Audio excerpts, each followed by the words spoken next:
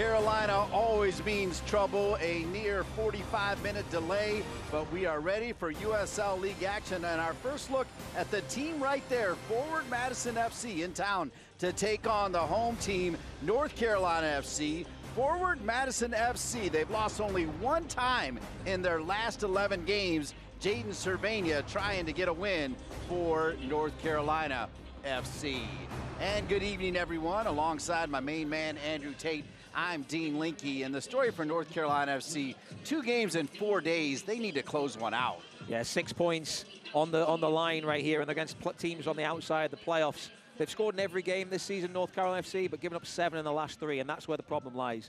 But today, what's interesting is they're going to see some youth on the field. Yeah, in goal, Nick Holliday, only 16 years old. This is a phenomenal athlete. Yeah, local boy, product here of the NCFC Academy. Just his 3rd appearance of the season, and a great opportunity for this young man at 16 years of age to step on the field and hopefully get 3 points for the home team.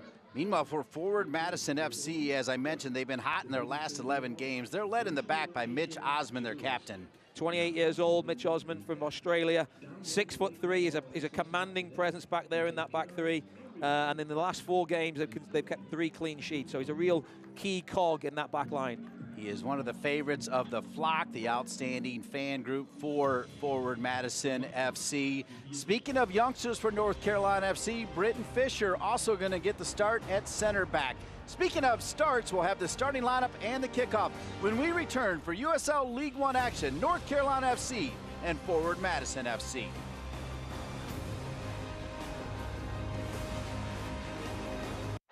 Continental Tire has been a proud supporter of soccer for more than a decade. We've been there both on and off the field for some of the greatest celebrations. We've watched with you as the game and personalities have gotten bigger.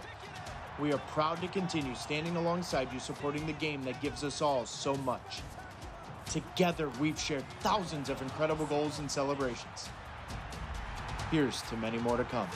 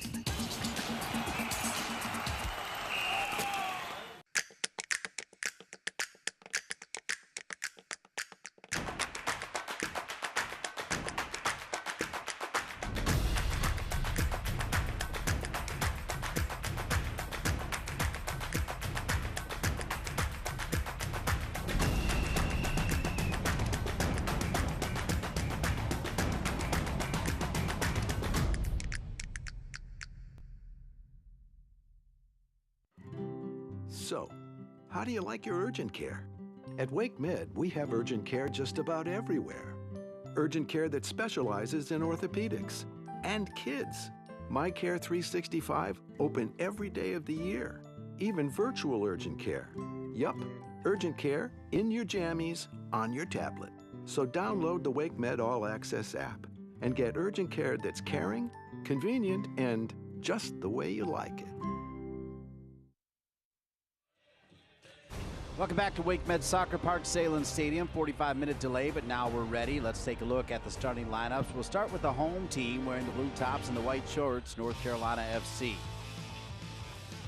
So it'll be the 4-2-3-1 for North Carolina FC. We saw this last time out. It's a new formation for the team, and they'll be hoping to get 3 points today. So it's a back 4 of Flores, Blanco, Fernandez, Fisher starting for a rare occasion today alongside Lou Young in the back. Summersall and Pecker will be the engine for the team, with Tahir, Cervania, Arriaga, and the leading goal scorer for the team, McLaughlin, up top. And the starting lineup for one of the hottest teams in USL League One, Forward Madison FC, led by their head coach, Matt Glazer.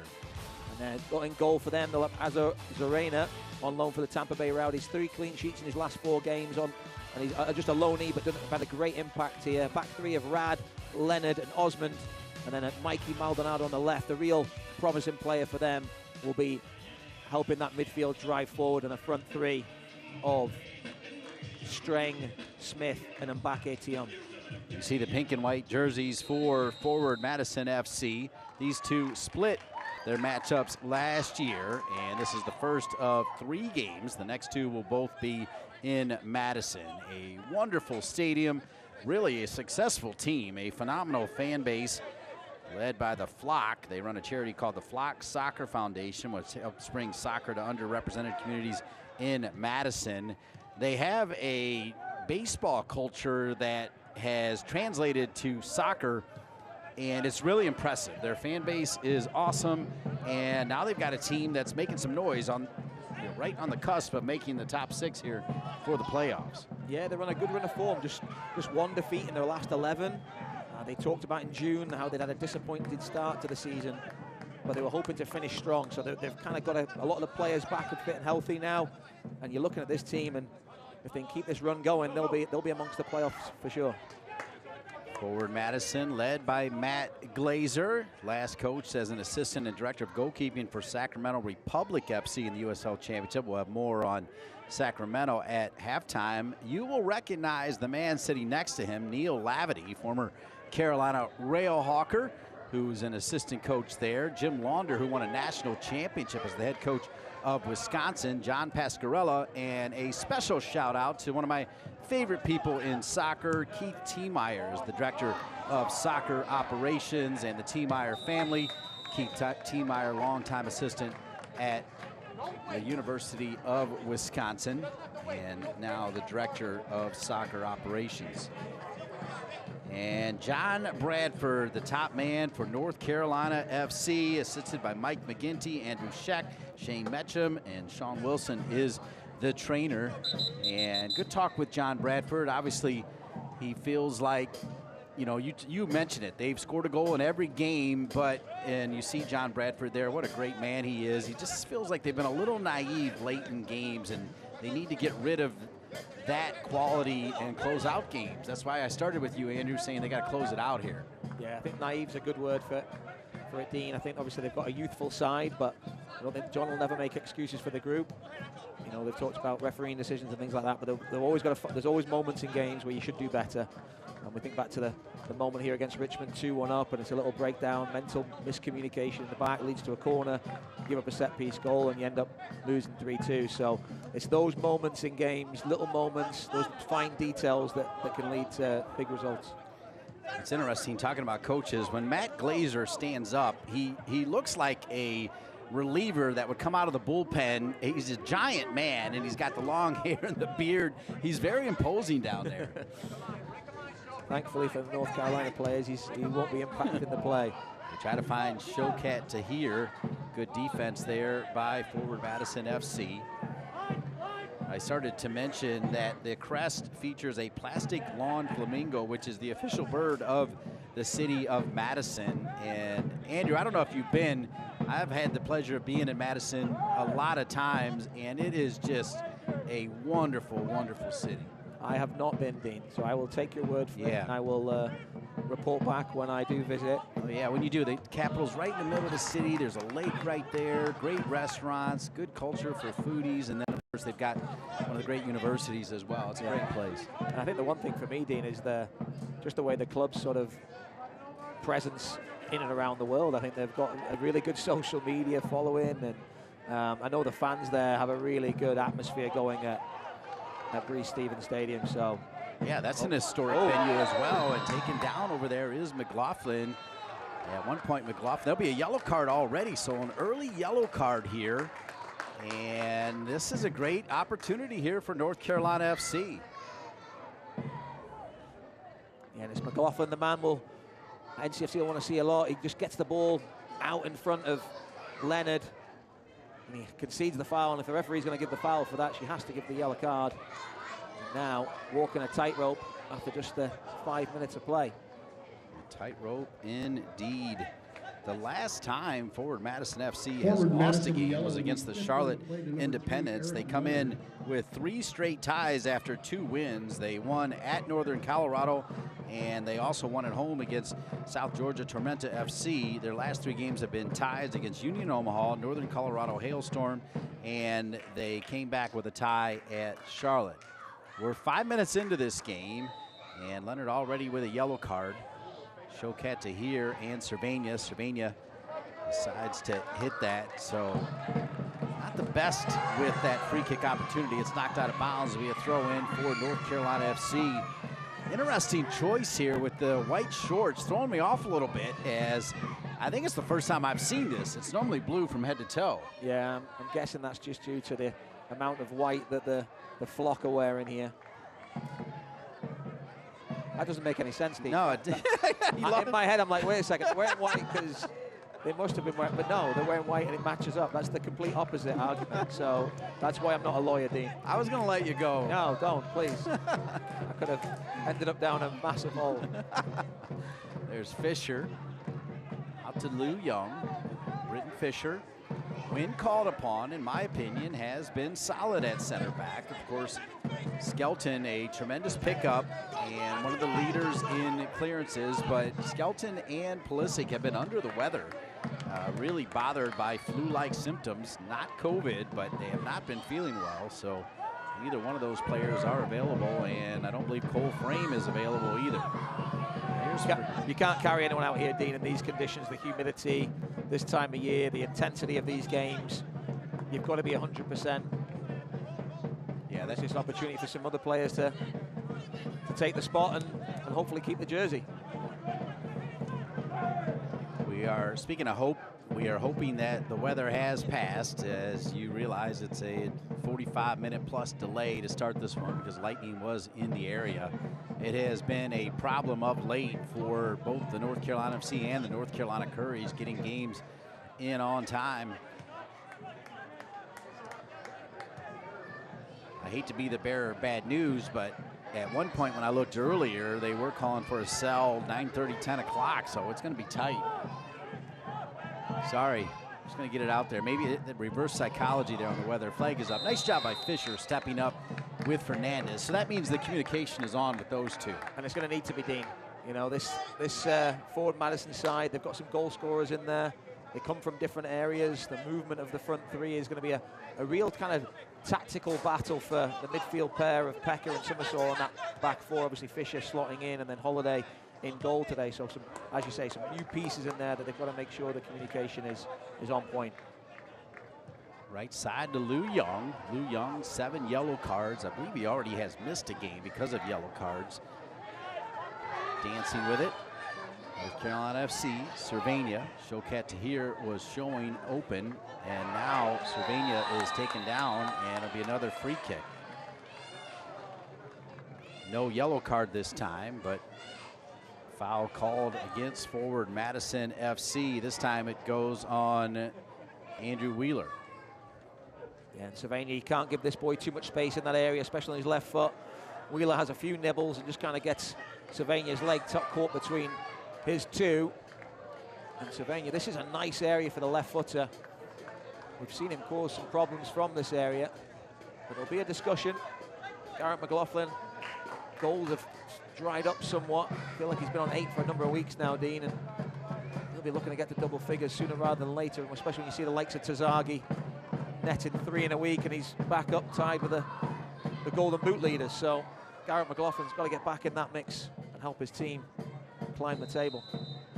And for sure, part of his success was that combo with the 2 forwards with Olex Anderson, who has been out. Olex Anderson is listed as a sub.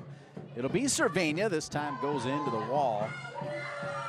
Lou Young will get it back to Cervania. Now McLaughlin, who we thought was going to take that free kick but didn't, does well to keep it alive with Lou Young as he's taken down. Referee will play advantage. Nifty little footwork, and he'll get it back to McLaughlin. McLaughlin sends it over, and it is picked up by forward Madison FC. So that foul on Andrew Wheeler Omiyunu, who won the 2018 MLS Cup with Atlanta. This USL League One team has, you know, we already talked about Osman from Australia and his experience. We just mentioned Wheeler Omiyunu, who has MLS experience, so a lot of quality. Yeah, and I remember him playing for Phoenix Rising as well, another strong championship team that always pushing towards the top end of the table.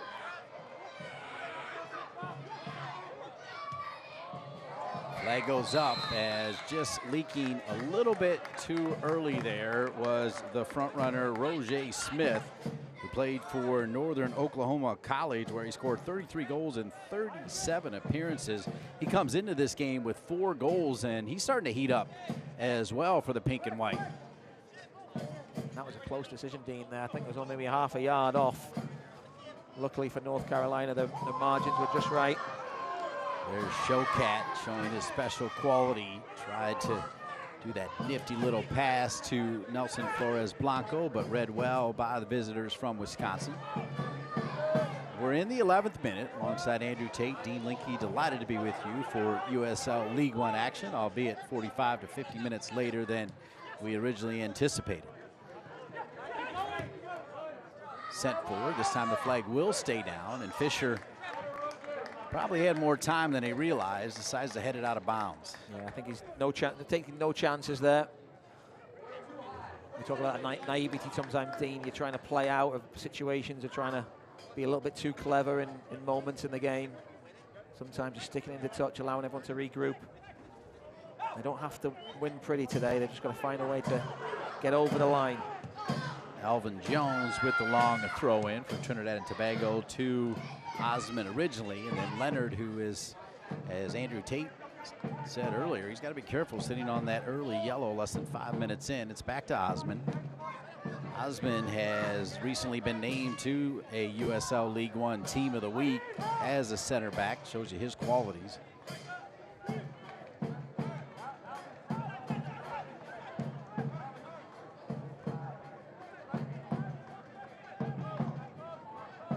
Madison down near the end line, sent across, dangerous. Holiday gets across. Holiday slides all the way across the goal line, puts his body in front, and it's a good thing he did. Otherwise, it's forward Madison FC 1-0. Yeah, that's great play from Roger Smith here. Teasing 2 defenders, gets a little bit of luck there off the ricochet, but then feeds a good ball, and it finds its way to the back post there for Alvin Jones. But Holiday made himself big. It was a tight angle, but he did everything he had to do to keep it out. So this will be Abdou Mbike Tien.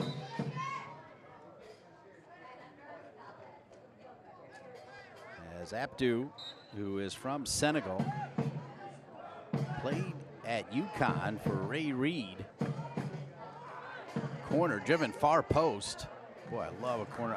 I like either one driven in hard near post or one that finds somebody outside the 6 with an opportunity to head it back across. That was well taken.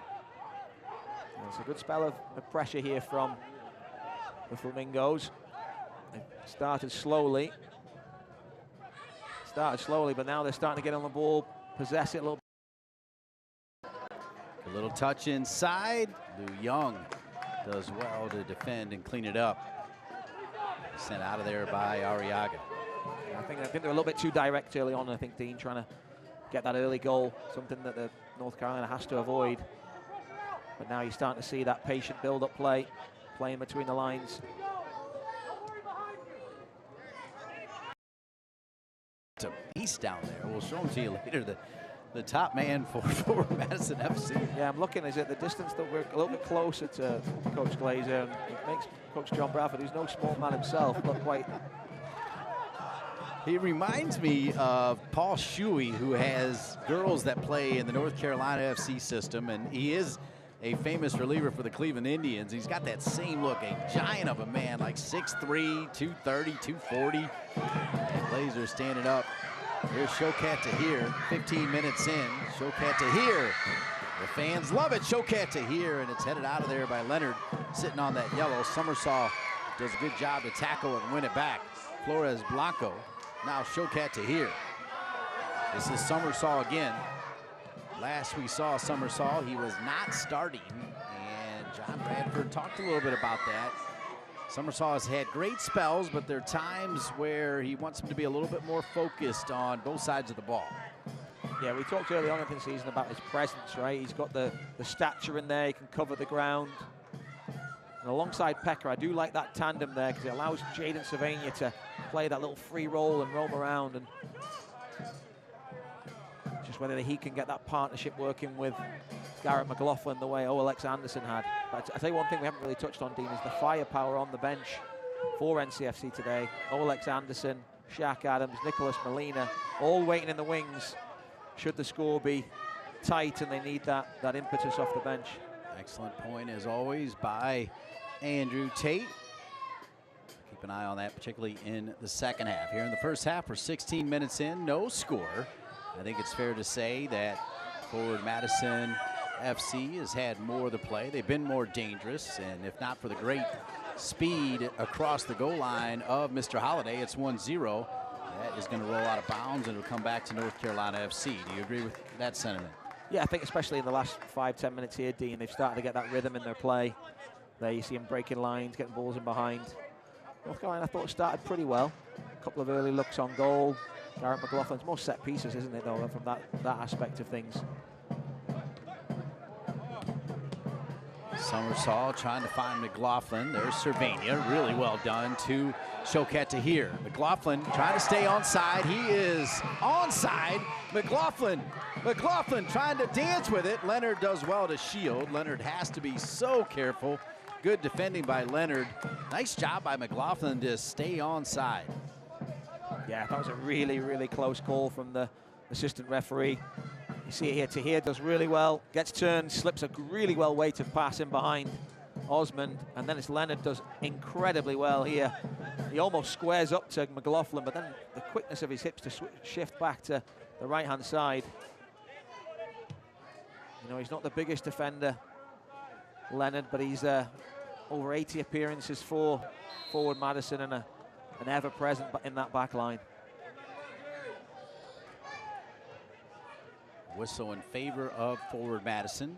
Celebrating its 75th anniversary, Select is proud to be the official match ball supplier of USL League One. Choose what you play with at www.selectsportamerica.com. Select, league choice, player's choice. 18 minutes in, North Carolina FC desperate for 3 points.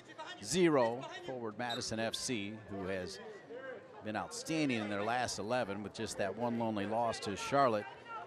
Also 0. McLaughlin taken down by Summersall. Wilson Flores Blanco put Fernandez under unneeded pressure right there. So now Jones with the throw in front of Coach Glazer. Right behind him is Coach Lavity. Member, as I said, of the Carolina Railhawks, which was the name of this franchise before Steve Malik stepped in, and shortly thereafter rebranded the franchise North Carolina FC, falling in line with Gary Butte, one of the top CEOs across the United States in youth soccer, and North Carolina FC, a club that I know you're proud to work for. Fisher. I liked what you said earlier, too, Andrew, about Pekka and Summersall together. We have not been able to see that because Pekka had not been healthy until just recently, so we'll see if they will combine like Olex and McLaughlin combined up top early on in the season when John Bradford was named the coach of the month because those two were on fire, talking about Anderson and McLaughlin. Yeah, I think you've got to have players that complement each other. The relationships have to be there. And obviously you've got the grit, terrier-like qualities of Pekka. He's got a lot of nous. Raheem, I think, can benefit from that alongside him. Cervania, and that's going to be a corner kick. We got to take another look at that. Cervania, little tricky right there, and it almost got in. Yeah, and Flores Blanco, don't see much of him these days scampering forward. It's a good ball in, difficult take for Cervania. Shows the creative streak that he has. And a good corner kick opportunity here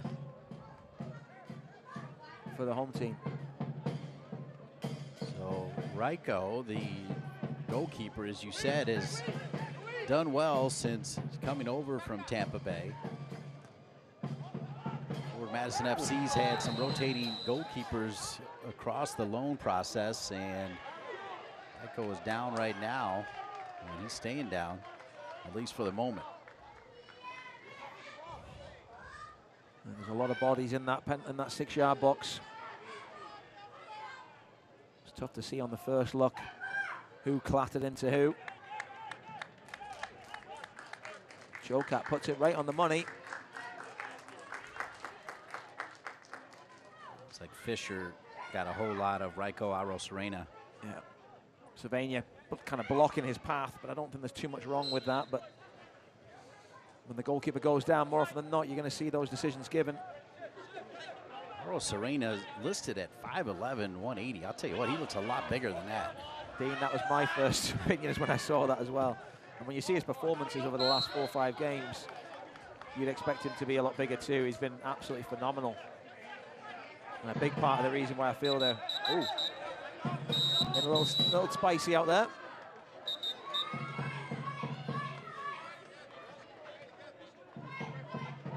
Now it looks like they're fair play, trying to, there you go, good stuff. I like that.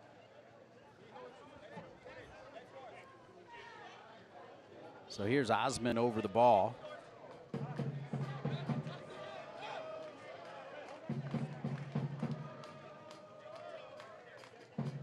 I think those are red shoes, which don't exactly gel with the pink right there, but certainly stand out.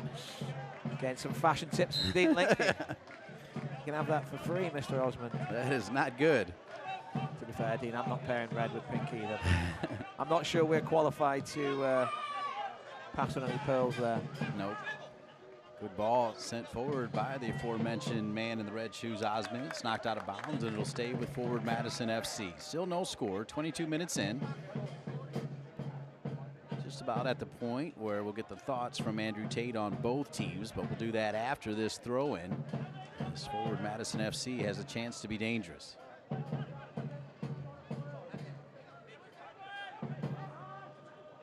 Long, high, looping throw-in. Looked like a little bit of a shove. Referee says no. Shot, and that'll go out of bounds. So with that, let's do exactly what I just mentioned, Andrew Tate. Let's talk about the home team first. John Bradford's North Carolina FC halfway through the first half. I think Coach Bradford will be relatively pleased with what he's seen so far from his side. Obviously, having to change your goalkeeper and your centre-back, not ideal preparation for any game.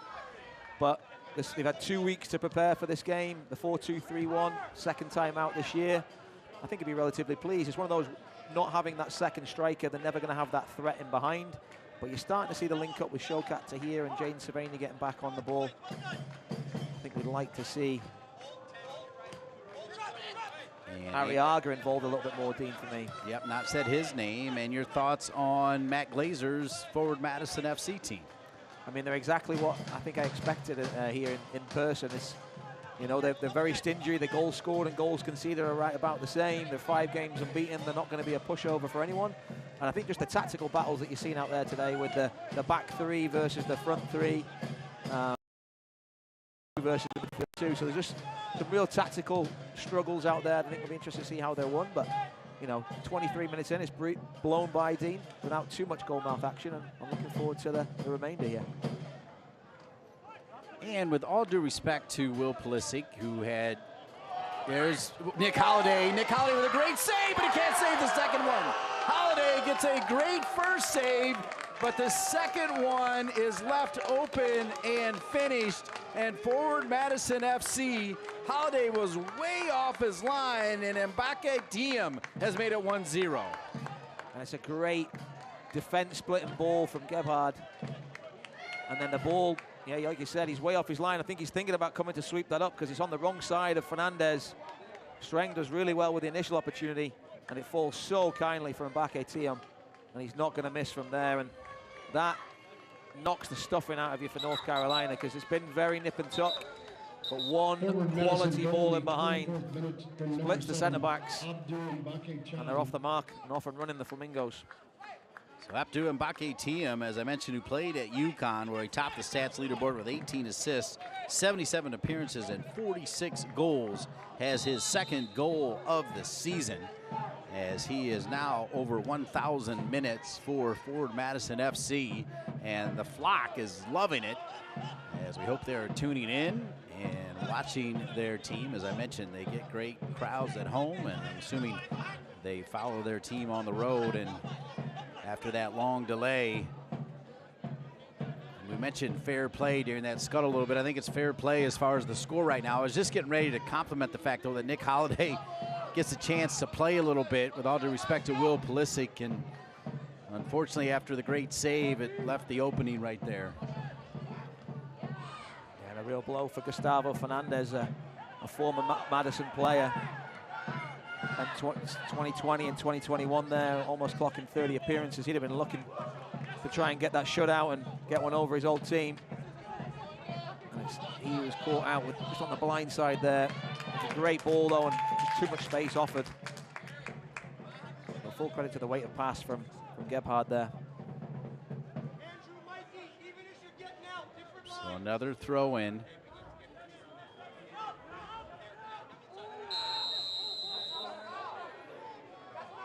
Cervania called for the foul, no card, but it'll be a free kick opportunity here for forward Madison FC, who leads at 1-0. Andrew Wheeler-Aminu there, just showing a little bit of experience there from the higher levels of the game. Just running across Jaden Cervania and then standing still. Cervania runs through him, goes down, and the referee gives the free kick. An opportunity for the likes of Osmond, 6'3", to get on the end of this. Full moon looking down on Salem Stadium, WakeMed Soccer Park. Free kick opportunity comes from the goal scorer, and it'll go out of bounds and come back. Don't miss a minute of the action in 2022. Whether your club is on the road or at home, catch nearly every second of USL League One action on ESPN+, the home of the USL, MLS, La Liga, the Bundesliga, UFC, and more. Sign up today at plus.espn.com. +1 for forward Madison FC. They lead at 1-0. Nelson Flores Blanco will run that one down. A moment ago, John Bradford had everybody up, warming up, and now they'll all sit down again.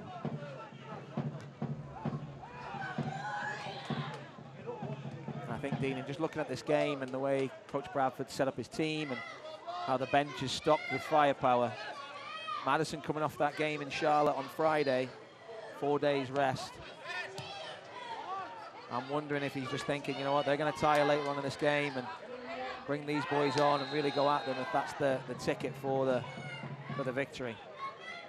So now another yellow card. So earlier we saw Leonard get one, and now another one issued to forward Madison FC. And it'll be another dangerous free kick, and you wonder if this time McLaughlin is not going to give it up, as he's earned both of them. Yeah, it's Maldonado that time. McLaughlin gets the wrong side of it. Maldonado comes back, has a nibble. And the referee gives the foul and the subsequent yellow card. I mentioned earlier one of my favorite people in the game, Keith Tiemeyer, the director of soccer operations for this great team, letting me know that there is a flock watch party at the stadium tonight in the Forward Club. Over 30 supporters there, plus the great staff in the city of Madison. Obviously thrilled right now with the 1-0 lead. They set up defensively. So third opportunity, free kick. The first one I felt like they kind of left wanting. The second one went into the wall. It's a four-man wall this time. Showcat is over there. McLaughlin is there, and so is Cervania. I'm taking McLaughlin on this one. We'll see. It's a long way out. I wouldn't be surprised if they try and slip it to Lou Young. McLaughlin. Yeah. I just felt like he had given it up twice. It was going to be his turn, but he also didn't do much with it. It's a long way out, Dean, to score from there. So central as well. There's not a lot of angle to work with. It's got to be something special. Not that Garrett McLaughlin doesn't have that, but at the moment, the best looks for North Carolina coming from set pieces. Not an area they've scored a lot of goals from this season. So got to try and find Arriaga and Showcat and Cervania and get that link-up play with that front four.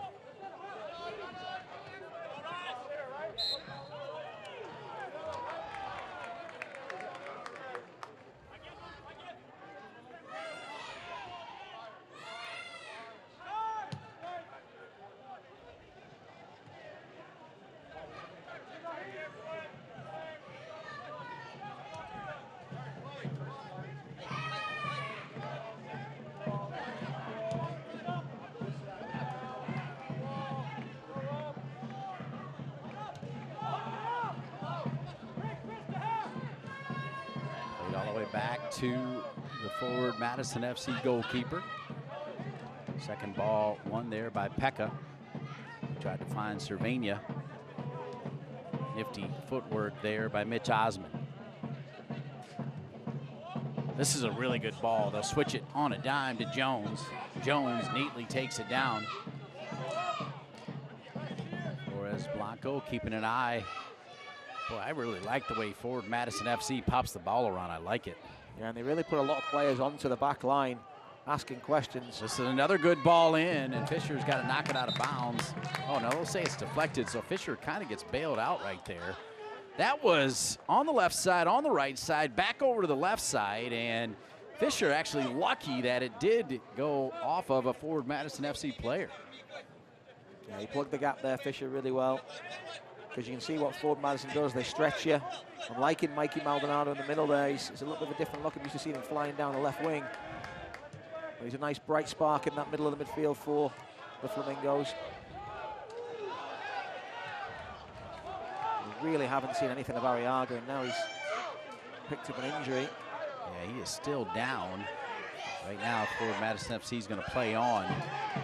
And we'll see if Pekka realizes that and if he knocks it out of bounds. Oh, Cervania, my bad. No, it's my fault. I set you on that one. So now they finally will stop it to 10 to Cervania.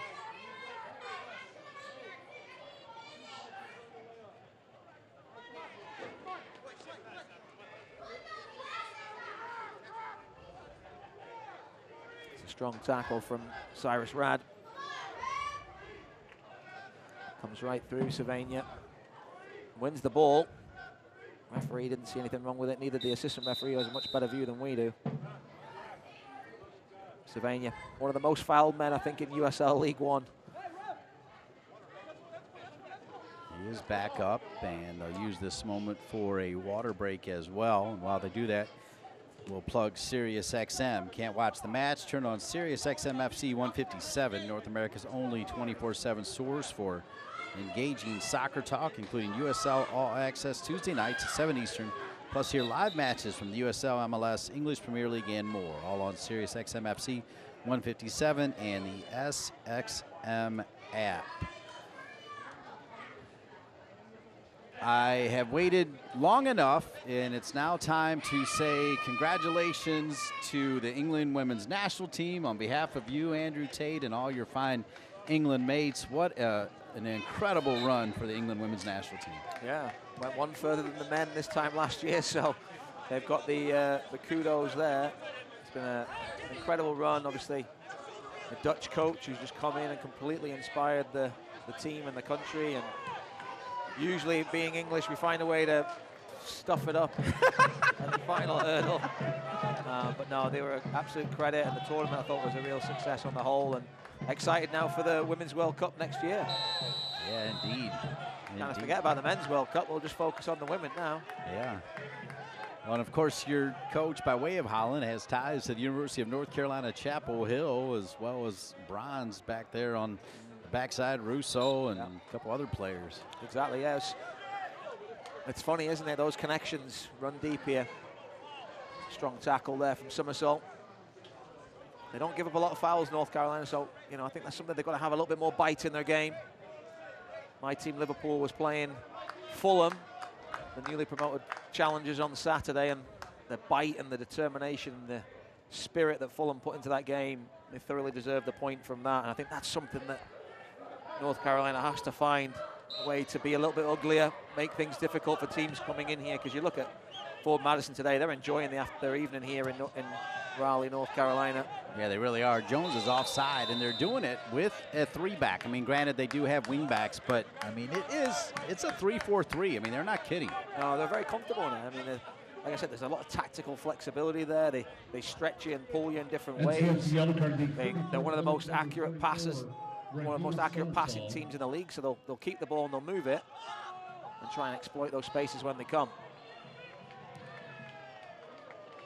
First time these two teams have met this year after splitting their two matches a year ago. They'll play 3 times this year.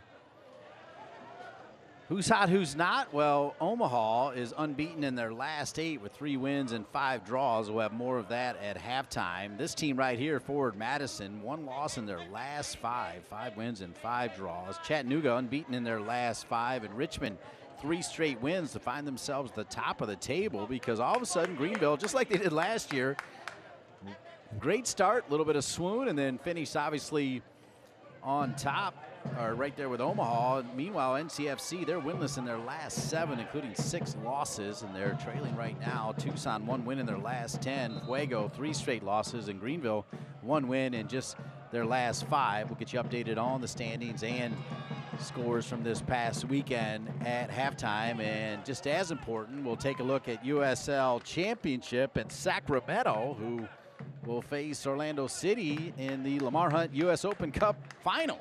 Unbelievable, right, Dean? That's what we love about this game. It throws up a lot of surprises, and full credit to Sacramento to get as far as they did. I watched that semi-final game. It was full value, and Sacramento finding a way through on penalty kicks to the final. Now they got to go to Orlando, though. That's a tough one, you know, to go down there in their home patch and do it. But you wouldn't write this Sacramento team off. No, not at all. Of course, they were right on the cusp of joining Major League Soccer, and who knows, with this run, if you gotta believe that will rekindle those talks.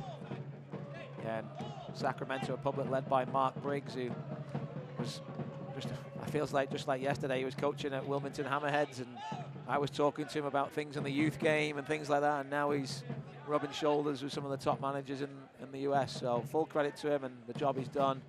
He's worked incredibly hard to get there and continues to make great waves. Pekka shows. Pekka will get it. Summersaw's open. Instead, they'll go inside. Try to force it. Well defended by the team in pink and white, Forward Madison FC. They'll play it forward, and they'll be onside. So Fisher now keeping an eye on Jeremiah Strang. Strang finally gives it up. Here's the goal score from distance, and it's going to go punched away there. Tremendous quickness there by Nick Holliday, who, when you think about the fact that he's not going to be 17 till January, this young man has so much promise. Yeah, how is he still 16, Dean? It's one of life's mysteries. But no, he's a great kid and a great prospect, and nothing phases him. Yeah, it's interesting that you pose it that way, because I extended my time with John Bradford because he's always so gracious with it. I tried to be respectful, but I did ask him about Nick Holliday, what he's like even off the field. Does he like to play around? And one of the things he said is he's like, when it's time to play and have fun, he plays. When it's time to get serious, he gets serious. So to me, that's a kid with his head on his shoulder who's enjoying the ride. Yeah. And we had him talk to some of our youth players and about his experience, and he was just so approachable, so down to earth, and that's a credit to his family. And you know, when you've got a 16-year-old that's getting opportunities like this, you have to have your head screwed on. And this is his 2nd season as a professional now, and he's earning every opportunity he gets. Yeah, 4th game, and I think right now the plan is, and has nothing to do with the current health situation of Will Pulisic, as we hope he gets healthy real quick, and Skelton as well, as they've got a little bit of a bug going around, is he is going to play a lot more games down the stretch, which will be fun to see both of those goalkeepers, maybe even flip-flopping here and there. Well, I think you've got to have that competition, haven't you? I think in training, Coach Mike McGinty, they've got a good environment there. We've seen a number of goalkeepers come through this club over the years that have making great strides, and you've got to have that competition between him and Pulisic. I'm sure each week when the team sheet's named out, there's one disappointed and one happy, but they know they're 1 game away from sitting in the other person's spot.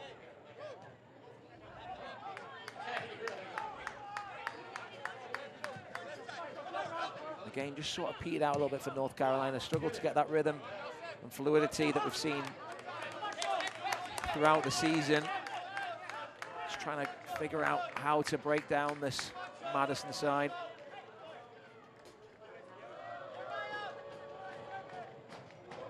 Coach McLeod will be very, very happy if he can go in at half-time in this position.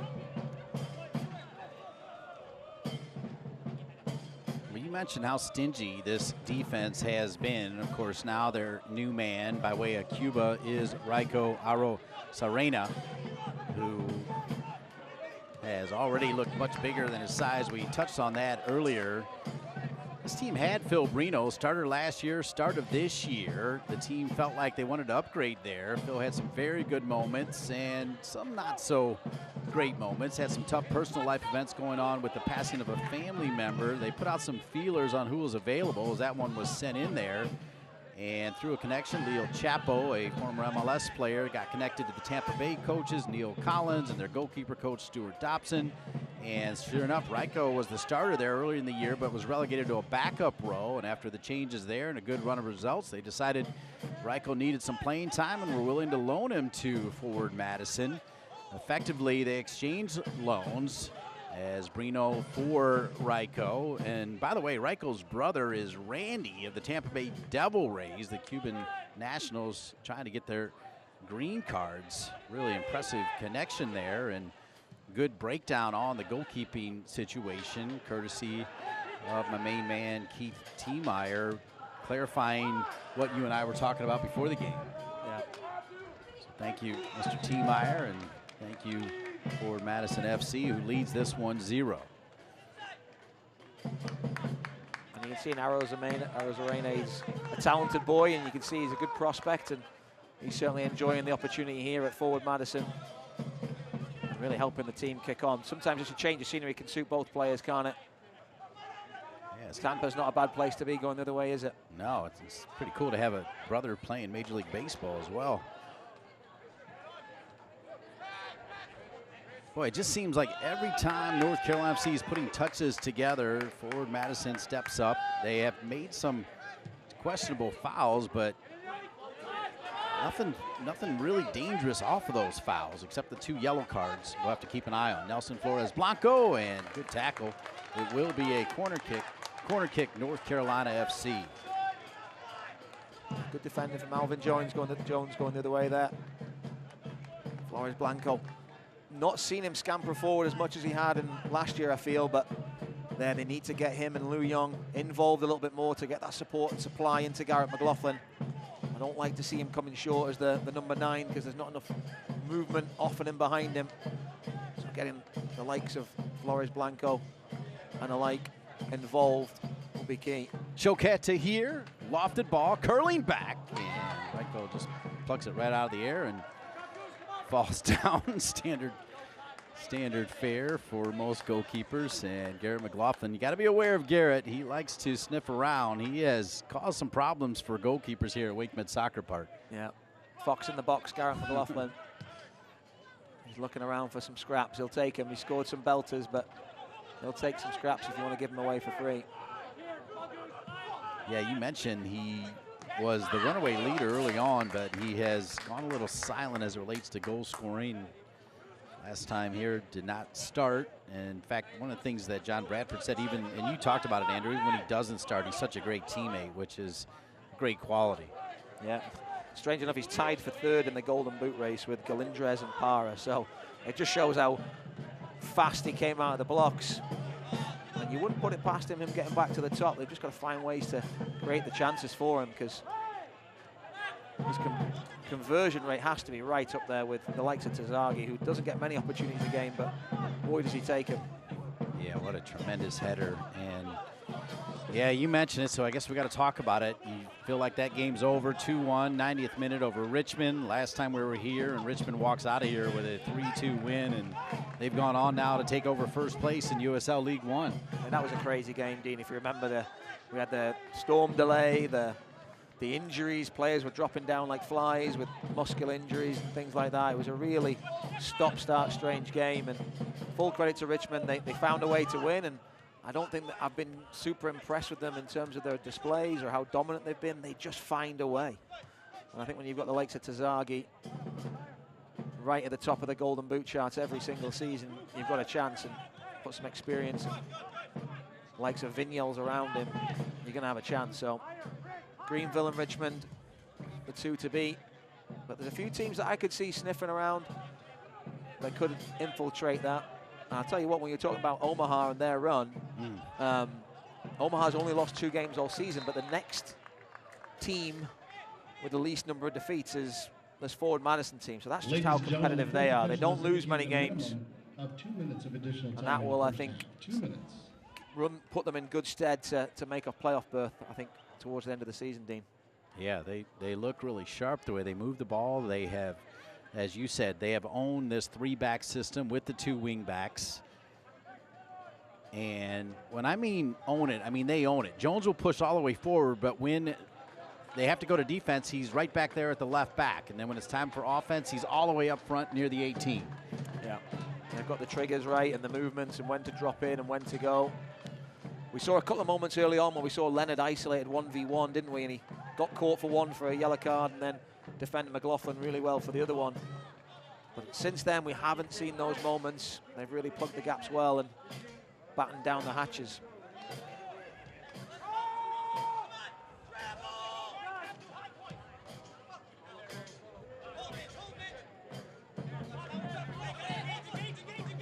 Left side, Nelson Flores Blanco.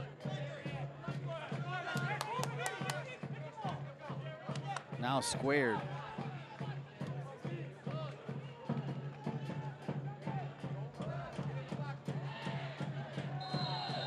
A foul called against Forward Madison FC. We're in the 2 minutes of extra time. Oh, I thought they had called a foul, but I think they did, Dean, but they just took it quickly. Okay. There was nobody else on the same wavelength there. Coach Matt Glazer trying to get his team to calm down. No need to play quickly at this point and give up a goal. Quite happy to get in 1-0, reassess, tweak some things. Off the head of Fernandez, as Andrew already told you, a former member of this club.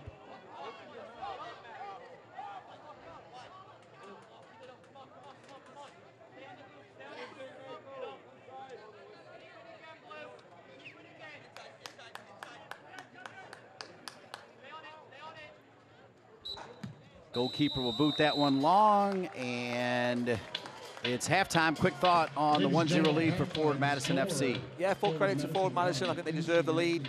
Great bit of quality for the goal. It's really finally poised for a great second half. Firepower on the bench for NCFC. I wouldn't step away. I'll be back for this because I think there'll be some fireworks. Halftime, Forward Madison FC 1 and North Carolina FC 0.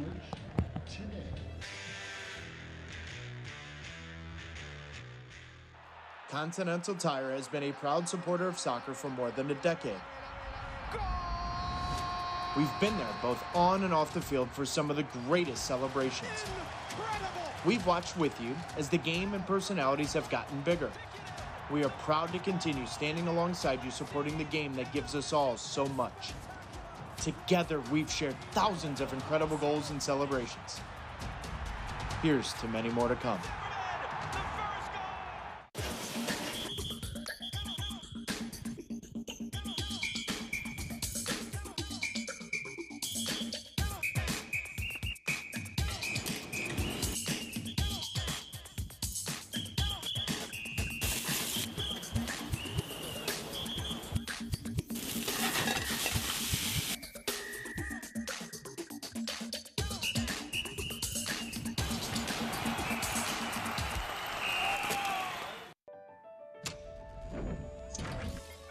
At Strategic Systems, we understand that a reliable IT infrastructure doesn't just materialize by itself.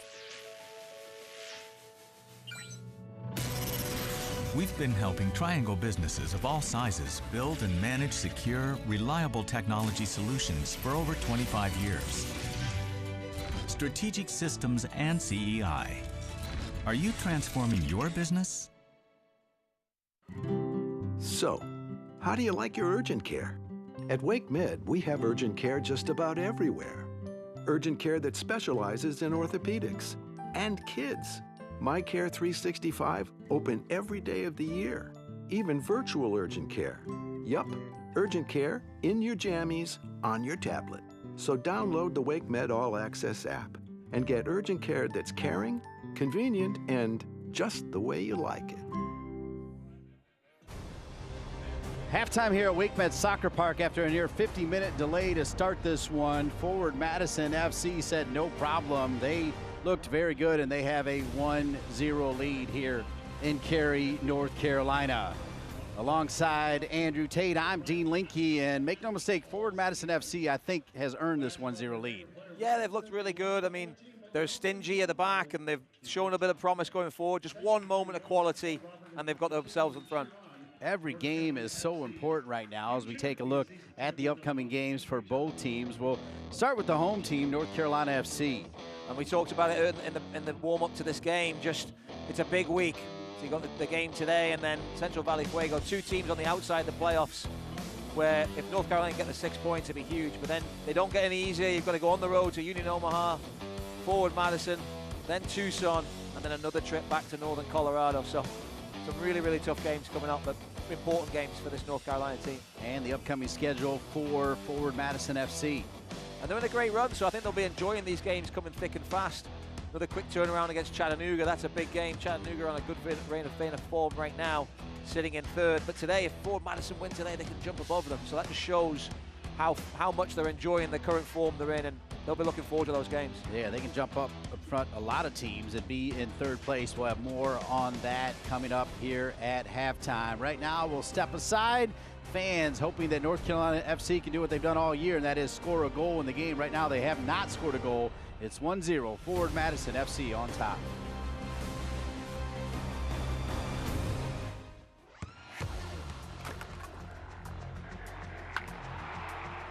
We all have goals.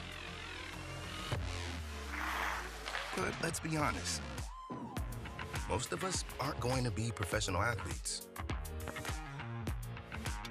But if your goal is to finish your degree, we can help. Come to a university that puts your goals first. Bellevue University, your partner in finishing goals. I'm on that routine.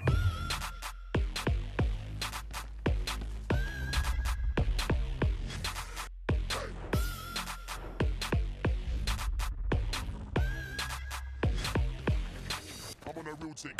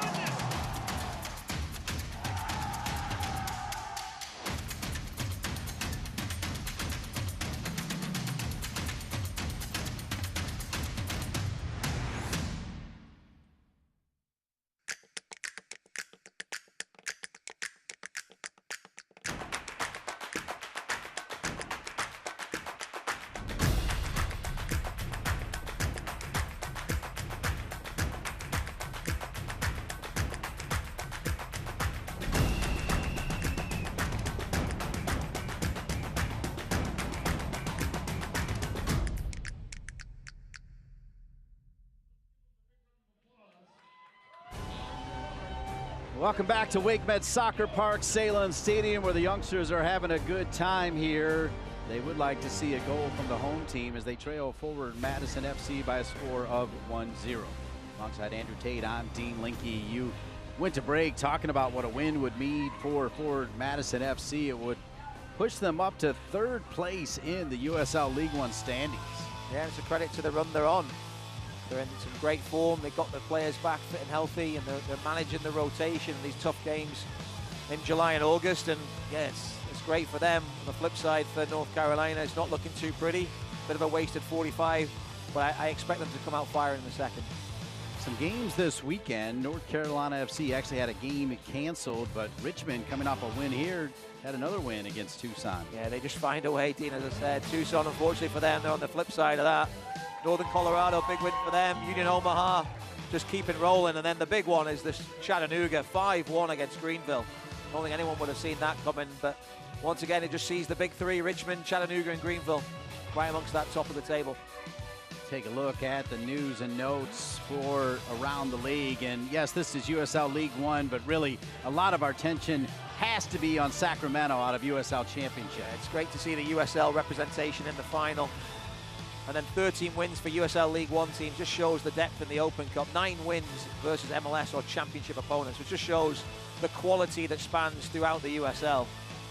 And then Omaha gets their 8th clean sheet. JP Skiers scoring off a corner kick and making the team of the week as well. So I kind of want to turn my head as we see the team of the week, because it'll remind me of that Richmond game when I see Terzaghi, Akira Fitzgerald, and Vanacore Decker, all three of them on the team of the week.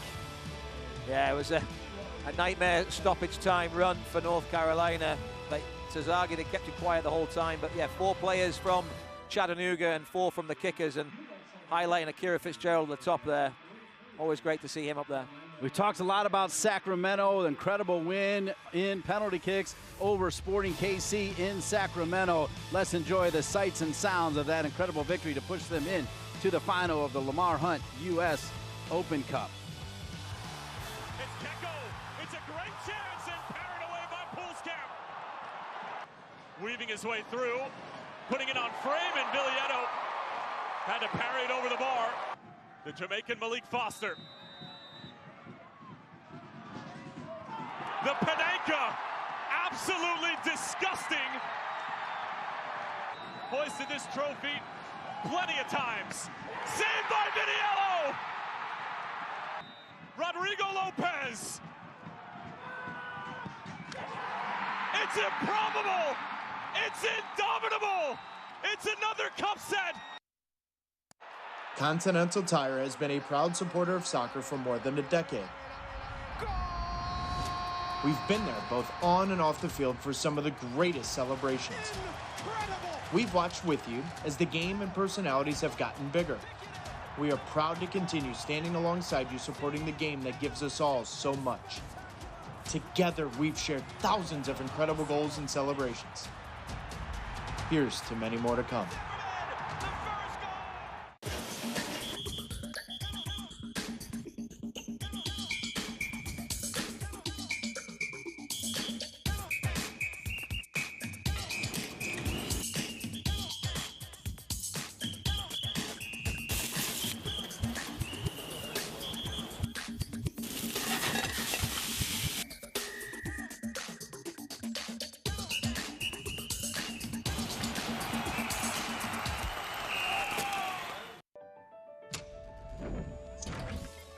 At Strategic Systems, we understand that a reliable IT infrastructure doesn't just materialize by itself. We've been helping Triangle businesses of all sizes build and manage secure, reliable technology solutions for over 25 years. Strategic Systems and CEI. Are you transforming your business? So, how do you like your urgent care? At Wake Med, we have urgent care just about everywhere. Urgent care that specializes in orthopedics and kids. My Care 365, open every day of the year. Even virtual urgent care. Yup, urgent care in your jammies on your tablet. So download the Wake Med All Access app and get urgent care that's caring, convenient, and just the way you like it. Welcome back to Wake Med Soccer Park, Salem Stadium, halftime, and forward Madison FC, one of the hottest teams in USL League One. They have a 1-0 lead over North Carolina FC, as you see Ryan Jernigan and the Oak City supporters. Meanwhile, the flock watching from Madison, they've got to be pleased. Andrew Tate, as we take a look at the first half highlights, I think we will see quite a bit of pink and white. Yeah, but it was a good start early on from North Carolina. Here we see Jaden Sylvania weaving and weaving. Ball goes out wide to McLaughlin. He fires it across, but Arrows Arena was equal to it. Lou Young, actually, sorry. There you see it again, McLaughlin. That's not the area North Carolina wants to see him, but then we saw this great chance for the Flock. Ro'J Smith causing havoc down the left, and it fell to the back post. And it was Nicholas Holiday that came up big for the home team, giving away a corner and keeping it at zeros. Trying to get his team going. But the Flock kept coming, and it was a moment of absolute quality. As Strang steered it towards goal, Holiday could only parry it out, and it fell to the top of the box. And it was tucked away by Mbake Tiam to put Flock 1-0 up. But it was a great ball from Gebhard that threaded it through the centre-backs of North Carolina. And that was really the first half in a nutshell. And you can see 7 shots for forward Madison. They were certainly on top, 3 on target. And North Carolina just offered very little. There was a few set pieces. They've actually had a little bit more of the possession, but they didn't really offer anything to hurt the opposition. But I expect some changes, if not at half-time, then certainly early on, to sort of propel them forward. We've got 3 dangerous strikers in Alex Anderson, Nicholas Molina, and Shaq Adams that I think could totally turn this game on its head. Keep an eye on the 2 yellow cards for forward Madison FC, part of their back line. We'll see if that makes a difference. And I want to go back to something we talked about in the open, and that is that North Carolina FC has scored at least 1 goal in every game. So that is promising. And what is also promising is Alex Anderson is getting ready to come in here to start the second half. Yep, and he'll replace Shokat Tahir. And now the question is, Dean, does he revert back to the 4-4-2 and pair him back up top with Garrett McLaughlin? That seems to be the way John likes to play Garrett and Olex together. I wouldn't be surprised to see them go back to that now. But yes, it's a big 45 here. They've got to try and get a result today and stop that winless run of 7. They certainly don't want to see it go to 8. And to lose ground on a playoff contender in forward Madison would be really damaging. I think it'll also be fascinating. I mean, obviously health has been the issue for Alex Anderson, but how many times have we been a little bit disappointed? Of course, John Bradford knows more than we'll ever know when Alex Anderson has been pulled in the second half. Now he'll come on to start the second half. That means I think he's going to end this one, right? Yeah, and I think they've had to manage that. He had a bit of a hamstring problem, and he's so explosive, Dean, at any moment. I mean, just watching him run makes me want to pull a hamstring, so... But I think the way it looks just early on, it looks like they're going to try him on that left-hand side and maybe try and exploit that space down the side of Osmond. You certainly have that big switch in play then. I know he did operate in a wider position at times for the Kickers last year, so I'm interested to see how he does today. Well, here we go.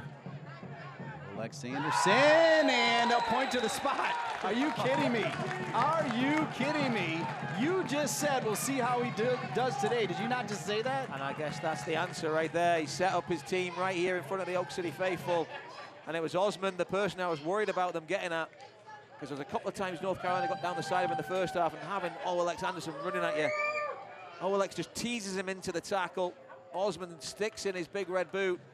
And unfortunately for him, the only thing he made contact with was Alex Anderson. And now Garrett McLaughlin, who, as far as I'm aware of, has an impeccable record from the spot for North Carolina, has the chance to get to 9 goals on the season. Big moment. Big moment. Garrett McLaughlin getting ready to take on Ryko. I told you the story on how Ryko ended. And Garrett McLaughlin waiting for the whistle. North Carolina FC has scored at least 1 goal in every game this USL League One season. Alex Anderson earns the PK. Garrett McLaughlin finishes the PK. And how about North Carolina FC? We're tied at 1. Spoke about it at halftime, Dean. I felt it was a wasted first 45. But straight away in the opening 2 minutes of the second half, they've erased any memory of the first half. And was there ever any doubt that Garrett McLaughlin was going to score? Great to see him get off that snowman that he'd been stuck on for a while. He's now on 9 goals. He's got his team level, and boy, do we have a game now. Thumbs up for Garrett McLaughlin, and thumbs up, as we say, how about North Carolina FC? They did not look good. Let's just flat out say it in the first 45. I mean, they did earn those free kicks, but what a start. And Alex Anderson off the bench And I love that move from John Bradford. So many times you'll see coaches wait to minute 60, and why not? Just get them out there and look what happens. Yeah, that's what we talked about. They didn't have that luxury early in the season, the firepower off the bench. It was the Garrett McLaughlin and Olex Anderson, and once one of them couldn't go or ran out of gas, they were looking to midfielders to come on. It just totally changed the complexion of the team. But now you knew, waiting in the wings, they had that firepower. And now we're going to really see what this Forward Madison's team is made of. That is an early blow to suffer. Cervenia plows right through. Rad Cervenia. He's got McLaughlin. Other side's Anderson. Anderson with a touch. Oh, it gets away from him. Tucks it back. Cervenia will circle around it. Oh, my. How did they not do more with that right there as Anderson was open? Yeah, it was a great look. And a moment they would love to have back. You could see what McLaughlin was trying to do, get down the sides there of Leonard. And Cervenia just didn't quite feel the pass was on, so he fed Olex Anderson, who just, a poor touch let him down at the vital moment. Nice breakdown, Andrew, of what we just saw right there. Is, I'm not gonna lie, I was convinced that it was gonna be 2-1 North Carolina FC. Olex not favored on his left foot there. He was always wanting on his right. Took his eye off it for a second as he tried to figure out how he was going to steer it past Azos Arena. I mean, right now it does look like 3-1 with Olex out on the left side. Here's Cervenia on the right side. He's got Arriaga in front of him. He's got McLaughlin, and he's also got Olex Anderson, who continues to be open. It's almost like they didn't realize Olex Anderson stepped on here to start the second half, and he's tripped up again. And I'll tell you what, he almost earned another PK. Perhaps too much showmanship there, but he definitely was hit. Yeah, I think Osmond knew exactly what was coming. Was prepared not to let lightning strike twice. Doesn't dangle a leg. You see, I think Olex just kind of runs into him and is looking for the foul there. But they've really found a way to get at Osmond at the moment. He hasn't looked comfortable in those situations. Boy, what a great flick here, though. Holiday is way off his line, as he has been a lot of this game. Nobody can get back to his spot, though, quite as quickly as Holiday, and he does. Forward Madison neatly taken down. That touch gets away. Arriaga has done more here in this first 5 minutes of the second half than he did in the first 45. Yeah, it was really surprising. I think at one point I was trying to refer to the player that was playing right wing, and I had to really pull it from the memory bank as to who was playing out there, because we're not used to seeing Arriaga so quiet. I think he's more comfortable where he is right now, and they've got Cervenia out wide and Arriaga more in the middle, and that may pay dividends here for the home team. We've seen him play right midfield in a 4, not a natural winger in terms of a front 3. So forming that triangle with Summersall and Peck, it could be a square peg and a square hole. Fisher, again, safety first, knocks it out of bounds as we're tied at 1s here, 52nd minute. McLaughlin. Off the snowman, as Andrew Tate said. Pekka will drop it back. Pekka, as honest as the day is long. We talked about it before, but I need you to remind me. I think he's starting to get involved in coaching as well, right, Pekka? Is that right? Or yeah, yeah. I believe he was around the under-23 team here and been really involved and wanting to get and help with the youth side as well. So it's great to see, and that's exactly why John Bradford brought him back this year, is the veteran leadership and presence the Brazilian brings. He's got a lot of experience at that championship level with like San Antonio. Just a great character to have in the locker room. I think we haven't seen too many consecutive starts from him, have we, Dean, this year? I'm sure the 2-week rest after his last start was probably good for him. Rest those older legs. Olex Anderson drew the PK and sends one across. Ryko is there to bring it in.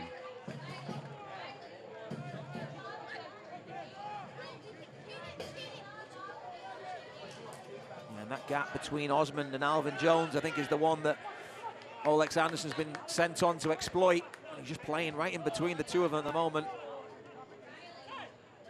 I expect a few more encounters between Olex Anderson and Osmond. for this 30-plus minutes remaining. This is a really good combination play right now by Forward Madison FC. Here's the goal scorer for Forward Madison FC. Scoring in the first and earning the foul as Pekka whistled, and it'll be a dangerous free kick coming up for the visitors from Madison. It's good feet from Mbake Team there, just draws in Britton Fisher and Pekka. And he just finds a way to maneuver the ball through the two of them. Pekka catches his ankles. A good look here for Forward Madison.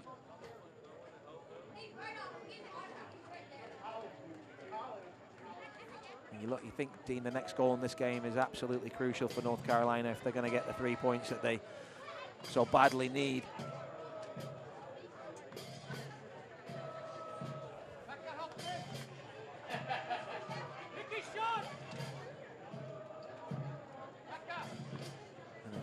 No questions over who's taking this one.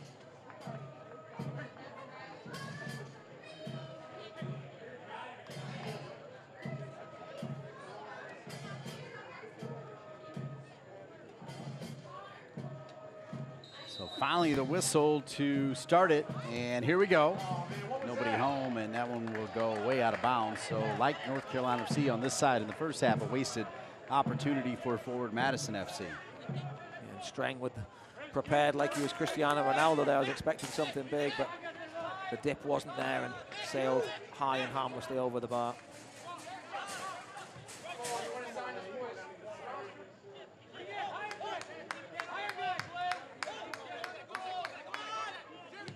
Lou Young. Pekka at the moment just tying his shoes, fine. Right after the penalty kick was earned, Summersall was down for a bit, so we'll keep an eye on Summersall. Cervania deals with a tough ball from Pekka and gives it back to Pekka. Here's Fisher. Fisher now is going to go back to Holiday. Holiday's going to feel a little bit of pressure. Keeps it high and long. Good trap. Good control from Gebhardt there. Half expecting him to just nod it back harmlessly, but very tidy play. Yeah, Jones and Gebhardt, the two wingbacks, are, to use your words, very tidy players in my opinion. And they have to get through an awful lot of work as well in that wingback role, Dean. We know down the road here, UNC, Anson Dorrance played the wingbacks for many a year, and those players were subbed on and off very regularly. So it's not an easy position to play. You've got to be athletic, but in this game, you've also got to have the technical qualities to go with it. Oh, how about this? And wow. I think Osman's seen enough of Olex Anderson today. I tell you what, Dean, I didn't think Mitchell Osman looked very comfortable in the first half. Maybe that trip down to Charlotte on Friday and travel back and forth from Madison taking its toll on some of these players. It's interesting because it was tied to the amazing IQ of McLaughlin, who saw that Ryko was way outside, right? He was way outside the 18, knocked it out of bounds, and what McLaughlin wanted to do was a quick throw in. And next thing you know, Osman sits down, and you're right, he has struggled just a little bit against Anderson, but man, McLaughlin is always thinking. He wanted that quick throw in, knew Ryko had to track back quickly, was running backwards, and just at that time, Osman sits down.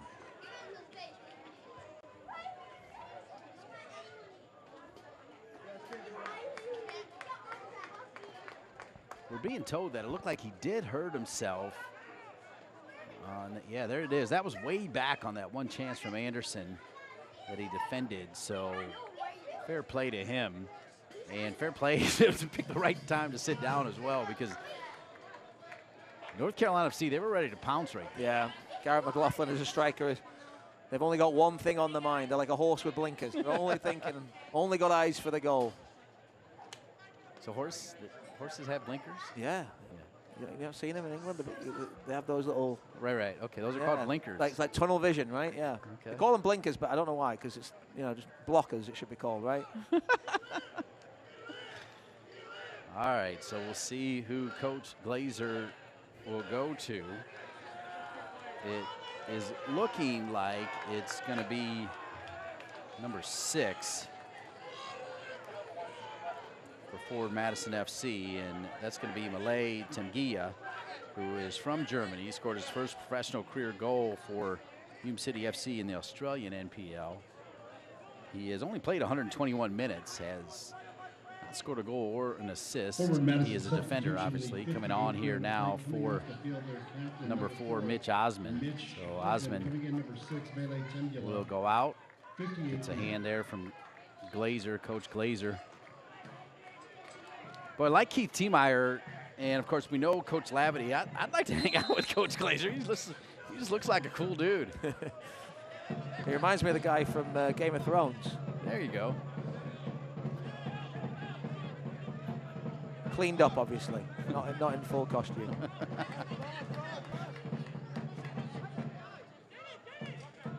I'm just interested to see how they shuffle that back three. An initial look, it looks like Leonard will slide into that unwanted right centre-back position with Olex Anderson running at you, which will be interesting if he's on that yellow card and having to go across and chaperone Olex Anderson.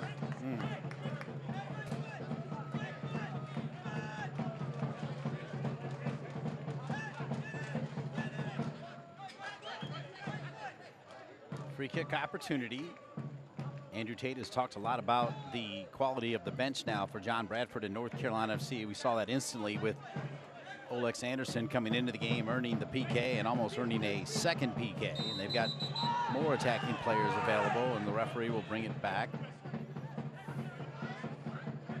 Yeah, a little bit of frustration there. The referee was saying, wait for the whistle. North Carolina trying to get things off and running quicker. They saw an opportunity there to get down the sides. But this reminds me of the set piece, was it 2 weeks ago, Dean? It doesn't seem that long ago. 2 weeks ago, where they whipped it in and it got a touch to the back post and led to a goal. If they can get Sylvania whipping this ball with pace. Yeah, you're right. It was a little bit closer, but you're right. Very similar. Sylvania with that left foot. Similar spot. Looking for Fisher. Was bouncing around. Oh, and hammered there by Olex. Player is down, sent back in. Still rolling around as a player for Forward Madison FC, and chasing it down is Forward Madison FC. And that's Andrew Wheeler-Aminu there. So now the Forward Madison FC trainer will work his way out. Great ball from Sylvania into a troubling area. Lots of pace. And it's Fernandez as Wheeler-Aminu is trying to clear the ball. There's no intent from Fernandez to injure Wheeler-Aminu, but he does make contact as he's clearing the ball. I think a clear free kick should have been given. And it could have been problematic for Forward Madison as play continued. And he's in some discomfort as well.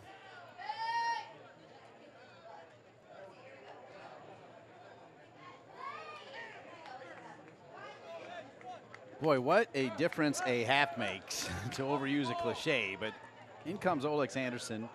I mean, literally, Andrew, you had just said, what is he going to do? And as soon as that comes out of your mouth, he earns the PK. Yeah, I thought for sure they were going to pair him back up with McLaughlin because of how bad it was in the first half. They weren't getting any fluidity, and the front three weren't quite there. But full credit to John Bradford. He's seen an opportunity. He's seen an area they can exploit, and they get the ball to Olex Anderson, and he looks as fresh as a daisy, and he does what he does best, which is take the defenders to the races. Speaking of doing what they do best, I want to thank our amazing crew led by Kyle Lang, who has been doing this forever. And, of course, Jorge Acuna, our VP of Broadcasting, our director, Joe Ferrara. Great to have Dylan Field back in the truck. Happy birthday to Ian Lang on replay. Ryan Moeller, always good to see his name. And job well done by Brian Ware, who does an amazing job not only behind the camera, an excellent play-by-play guy, and his news and notes are outstanding. And, of course, our big man, Mark Dry, right next to us. Always good to hang with Mark and Brian up here in the perch. The best seat in the house right here. Yeah, it's a little sticky today for me. I like the air conditioning. I am sweating a little bit. But no, to your point, it is always a great view here, and we are exposed to the elements, so we can hear the frustration of Coach Matt Glazer and all that good stuff. The kids around us enjoying the evening. Well, feel the breeze. Yeah, you know, it's interesting you say that because it's definitely hotter here than it is down there where Coach Glazer is, sitting next to Coach Lavity and the rest of the Forward Madison FC Brain Trust. I did hear Coach Glazer a couple times ask the referee to call it both ways. Off the head of Fisher. Well done by Fisher, 20 yards on that header. But it'll stay now with Forward Madison FC, and there's Fisher on the close. See if he can shield it. Oh, now this is better. Now that I like that because every time he had just sent it out of bounds, and that drives me nuts when center backs just always drive it out of bounds, and this time he won it back, but Forward Madison FC goes back the other way. Holiday, good job to pull the arms back as that one will roll out of bounds. No, it shows great confidence for the young boy, Britton Fisher. Just like Nicholas Holiday, only his second year as a professional, and the ball didn't look like it had the legs to get out of bounds, so I was worried for him for a second there because you don't want to get too clever and make a mistake, Dean. It's very easy to know what you want to do, but to pull it off is another thing, so full credit to the young man there. Good bit of play to get out of pressure and get his team on the front foot.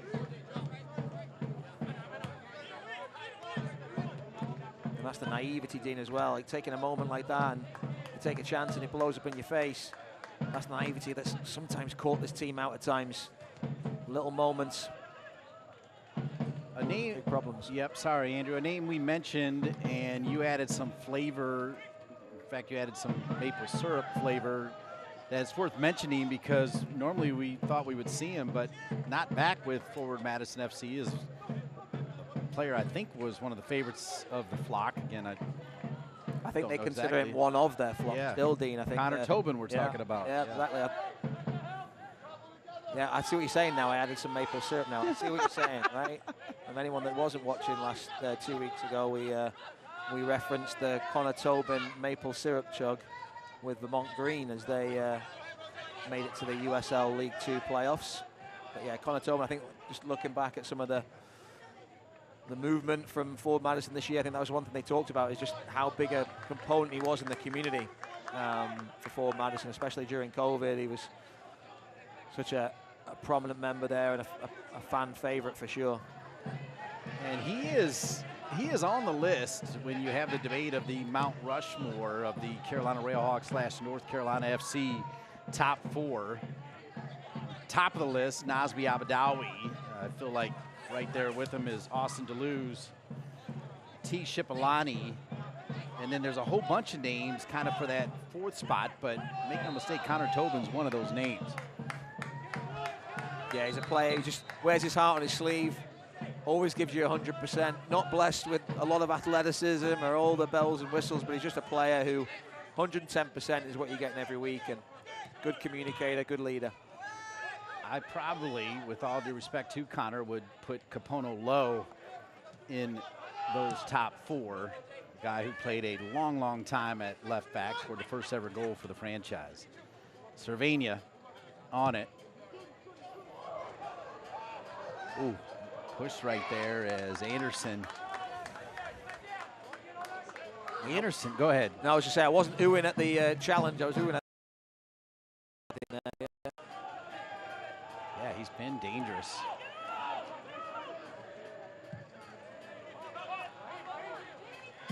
I mean, Olax Anderson, by the way, like another one of those players that actually, when you see him up close, the guy is ripped. He looks massive. He's powerful. He's got strong. He's got all these muscles tight, and I think that's been part of the issue. Yeah. Every time I look at you, Dean, it just reminds me of Owen. Thank you. You know what I mean? It's like looking in the mirror. No, he's so explosive. He's like a sprinter, isn't he? Just the way he's built, and I think this this back three of Forward Madison is built for him to just try and get down the sides. He'll love 45 minutes. I think to John Bradford's credit, I don't think you'd have got 90 minutes out of him, so get a good 45. The tiring legs of Forward Madison makes a heck of a lot of sense for me. Well, and the way I'm seeing it now, with Arriaga sitting behind McLaughlin with Cervania on one side and Olex Anderson on the other side, that's a lot of weapons. Yeah. I wouldn't be surprised to see a Shaq Adams appearance as well, some more pace and dynamism. in that front line. The hard part for John Bradford is when do you stick and when do you twist, sorry, or do you stick with what you've got on the field? At the moment, the game's lost a little bit of rhythm, that spark and disruption that was caused at the start of the first half that was massively in North Carolina's favour. It's sort of gone away a little bit now and gone back to a game of chess, which I think favours the visitors. Pekka's going to drop it back. Long bomb from Fernandez. Lou Young now making a run. Somersault, turn back with it. Let the ball do the work.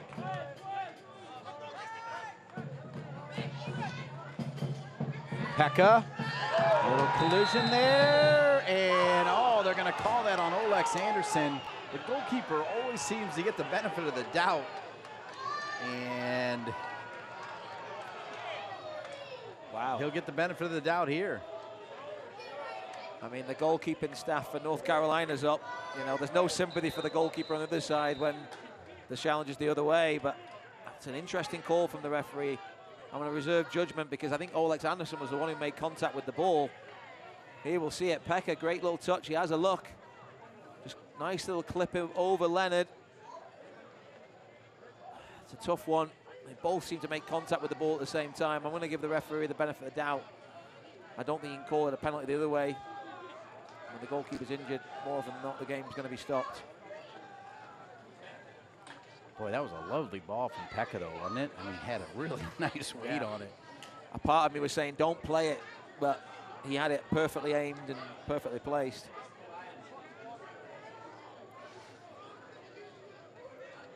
I think it's harsh on Olex Anderson that he's been penalised for that because he's come off with some wounds as well, but perfect clip from Pekka. Wow, both players just going for the ball and it bounces. You don't want to see referees decide the games there. I'd hate to see him give a penalty and that. I think they're both going for the ball, but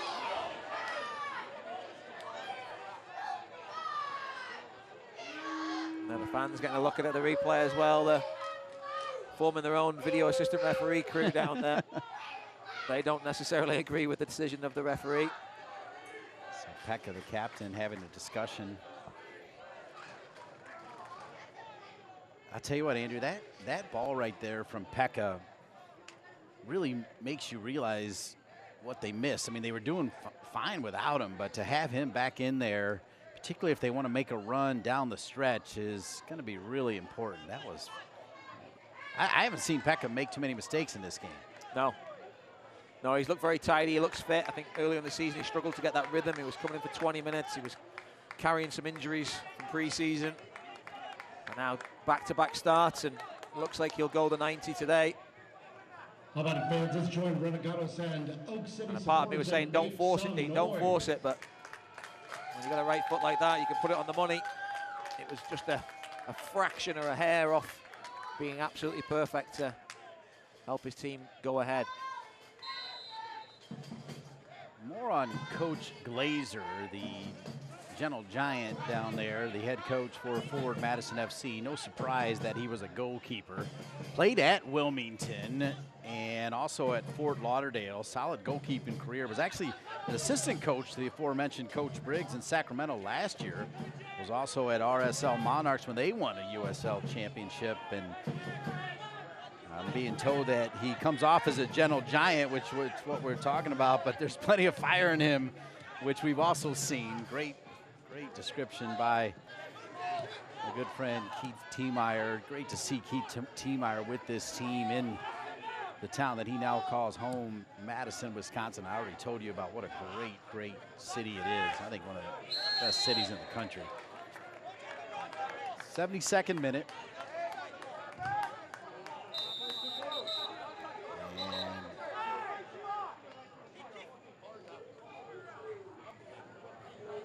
The referee had some interest in issuing a yellow card for a moment, then thought better of it, I guess.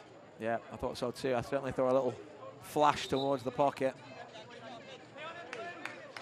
The game just gone a bit stop-start for me at the moment, Dean. Not quite as enjoyable as the opening 10 minutes of the half.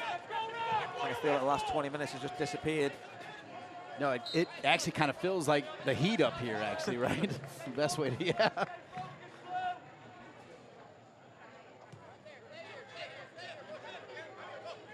I think this time 2 weeks ago, I think we saw 3 goals from this point on. So I feel there's another goal or 2 in this game. All right, you have been on point all season long. Here's Lou Young. Lou Young! Nobody home across that far post, and Jones tracks back. I think that, wow, I thought, yeah, it did. Well done by the referee. On her own, I think, made that call. Nope, they stayed with the throw. And I thought she actually, on her own, was calling for a corner kick there, Andrew. My bad. I think you succumbed to the pressure of the Oak City faithful there. Unfortunately, the referee made a stronger stuff. Well, she's stuck with her AR, right? 74th minute.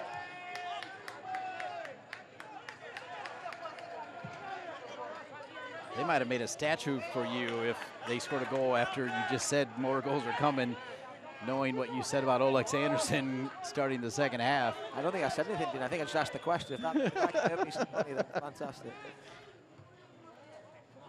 No one said anything about money.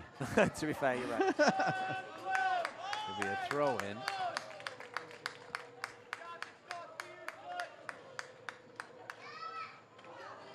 Maybe I'll get invited to a good tailgate with the Oak City faithful. I know. They are. I know they throw a few good ones. They do. They do, and they have for a long time. But the passing really has gone astray for the Flamingos at the moment. Struggling to get those connections between the flock. Not something we're accustomed to seeing. Play on. And there's another one. Coach Matt Glazer getting a little frustrated with his team at the moment. Not connecting, not finding their teammates. Summersaw plays on. Well done to square it to Arriaga. Not a great pass from Arriaga, trying to find Olex Anderson. And Arriaga really needed to do better with that. He needed to get that ball in the air and play it into space to Anderson. Yeah. Full credit to Eric Leonard, though. The stalwart. Right place, right time, read it well, but here we go. Yeah, Olex Anderson is on it. He's spinning Leonard. There's 2 players over there. Olex drops it. That's a good pass. And Arriaga can't do anything with it. Olex is a one-man wrecking crew, and forward Madison FC does not know what to do with him. Arriaga needs to do better after getting that from Olex Anderson. Cervania. Olex is eliminating players. Oh, and a save by Raiko. Arriaga again deflected. And it'll be a corner kick, North Carolina FC. What a spell of pressure this is from North Carolina FC. John Bradford has to be delighted with his players. Here's a good little combination between Lou Young and Raheem Summersall. Lou Young feeds it into a good area. Cervania trying to be clever and cute, and then he just whacks the ball towards the goal. And it falls again to Arriaga. But a fantastic block from the substitute.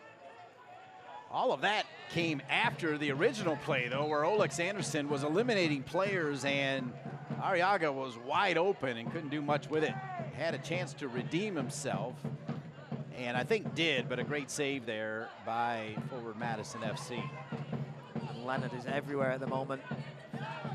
It was interesting, though. He is everywhere, but when they first passed the ball to Anderson, you saw him kind of slow down just a little bit as if to not dive in. Hello, Flamingo. Get across and help me out here. To be fair, they got some bodies out there, but full credit to Olex Anderson, who was still able to find Arriaga.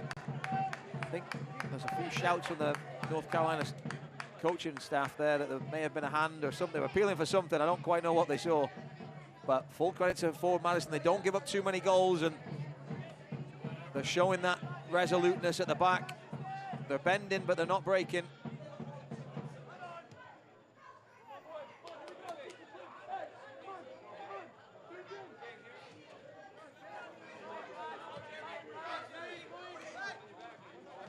Summersaw to Lou Young. Arriaga has come to life here in the second half. That's a better ball. So switch it to Nelson Flores Blanco. Now plays for Hugo Perez, former member of the 1994 U.S. World Cup team, who's the head coach of El Salvador's national team. And a couple step overs. Thought that was out of bounds. They'll say no. Lou Young wins it back. Little shove. Somersault. Right to Ryko. Too close to the goalkeeper. That was a good opportunity for Raheem there. Lu Yong just muscling Mikey Maldonado off the ball. The referee saying nothing doing there. Coach Glazer, Coach Lavity, and the rest of the staff going to make another change at the next opportunity. As warming up now is Justin Suko and Olex Anderson. Olex Anderson, it's knocked out of bounds. It'll be a corner kick. Has to get that one right, Dean. Has to get it right. He's on a yellow. But he's the man who I believe has taken the reins from Connor Tobin as the community representative of the first team, and you can see why. He's a real leader. He defends incredibly well. He's not blessed with a lot of athletical attributes, but he does so well back then. He's always turning out for this team in that back line. All of that happening as Coach Glazer getting ready to make the change to Justin Suko. Spent the latter part of the previous season as a rookie for Reno 1868 in USL Championship. Scored 9 goals in 20 games for the University of Loyola Chicago in college. He is from San Antonio, Texas. And he is going to come on. And he's going to replace the goal scorer as Abdu Mbake Tiem scored the goal in the first half, and he'll now go to the bench. Making a change on a corner, not always advised.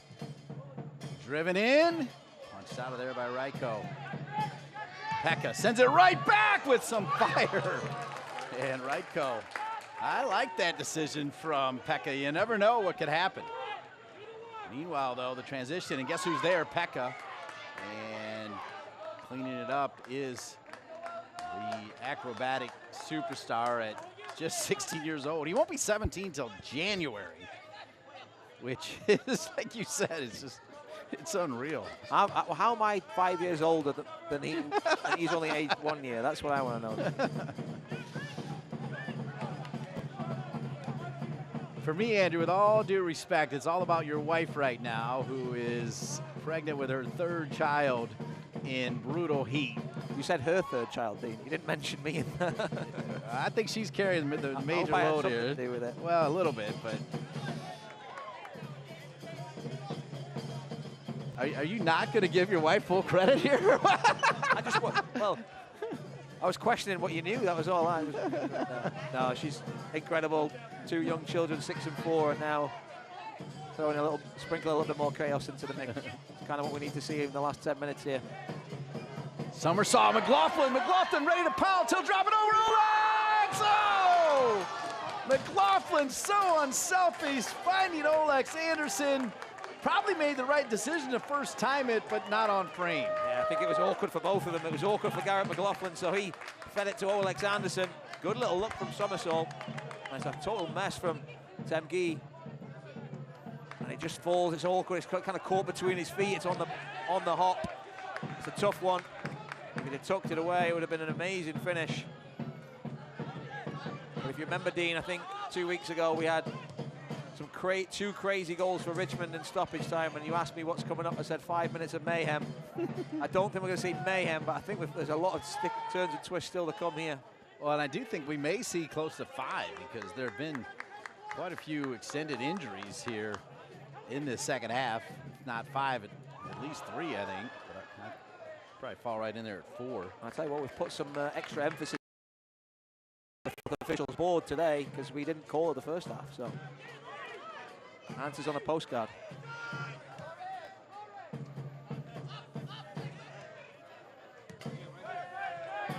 They're affording them. Madison affording North Carolina a lot of space at the moment in that middle area.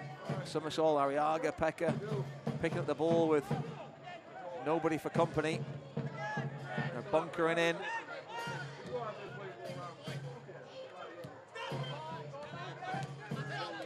Yeah, you're on point. As good as forward Madison FC was in the first half, North Carolina FC has been equally good, if not better, here in the second half. And I think even the brain trust for forward Madison FC and the great members of the flock might agree. Lu Yong here. Lou Young looking for McLaughlin. Oh my, how did he do that? And it almost went in. I wasn't expecting that connection from Garrett McLaughlin. He rises like a salmon. I think it's the keeper's ball, but it's a great initial touch from Sylvania around the corner. Lou Young scampering in. He points to where he's going to put it. Garrett McLaughlin just gets across, does everything right. And he is half a yard away from the go-ahead goal. And everyone's feeling the effects of this hot and humid night in Cary, North Carolina.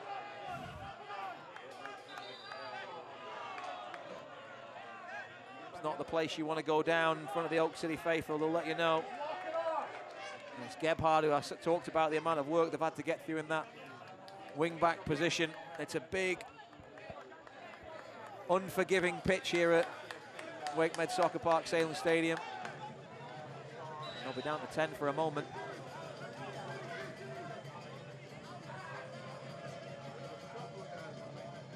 So Coach Glazer deciding who he's going to go with.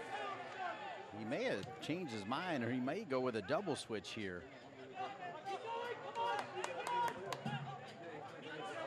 As Cesar Moreo Jr. looked like he was ready to go in. Now it's Torres. Now it's forward Madison FC into the 18. And Holiday.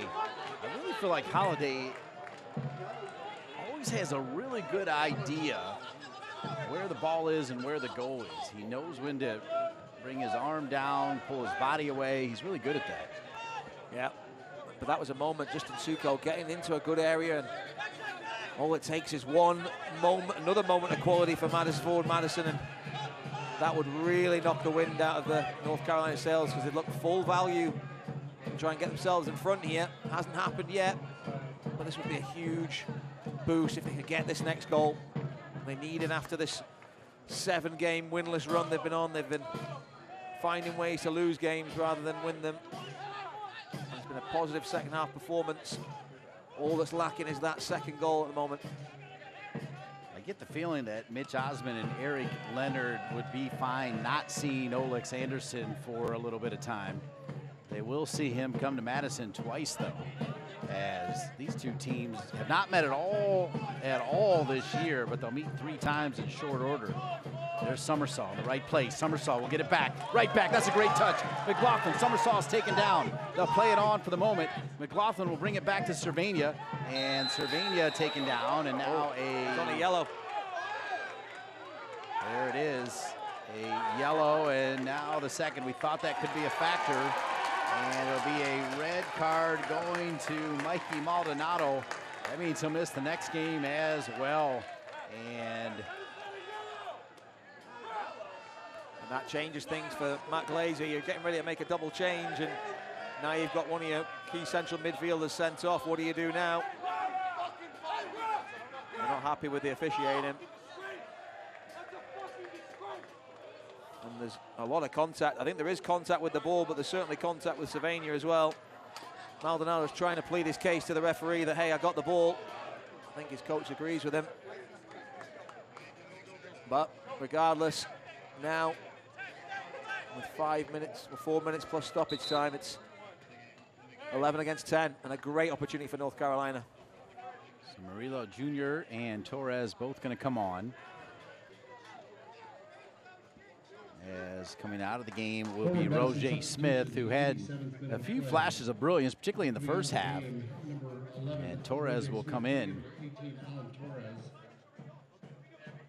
And now with a player advantage and what has been, I think I can say, a dominant second half for the home team, North Carolina FC. They'll see if they can't come out of here with 3 points. Richmond stole 3, I guess you could say. I mean, they, right, 2-1, extra time. They walk out of here 3-2. Yeah, I don't think they care how it comes. It can come off Pecker's right knee for all they care. They've just got to find a way, snap this streak. It won't raise them any higher in the table, but it'll get them closer to where they want to be, which is around the playoffs. Cervania with that clever left foot. Kept alive, and Ryko will pull it out of the air. He will not be in a hurry now. Down a man, 1 point for a team that has lost only one time in their last 11 games, to me tells you that they're well coached and they know how to manage a game. Yep. Wow. Not quite sure I see that one, but and the question for Coach Bradford is, at this point, you know, you'd probably like to roll the dice and make a change, but your team's responded really well second half.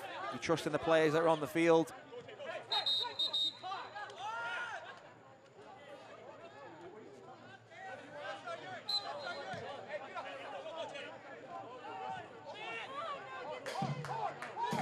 Oh, a mistake. McLaughlin. Oh, wow. McLaughlin touches it right in, and Ryko comes up big. That is, without question, the save of the game. And all that happened after the referee was not settled with where it was starting. As you see Maldonado out with a red card. Wow. Yeah, that's the man you wanted it to fall to as well. Just the angle wasn't quite there for Garrett McLaughlin to finish early, and Azos Arena, I thought, read it so well. He anticipated where McLaughlin was going to go. And a heavy touch from the number 9.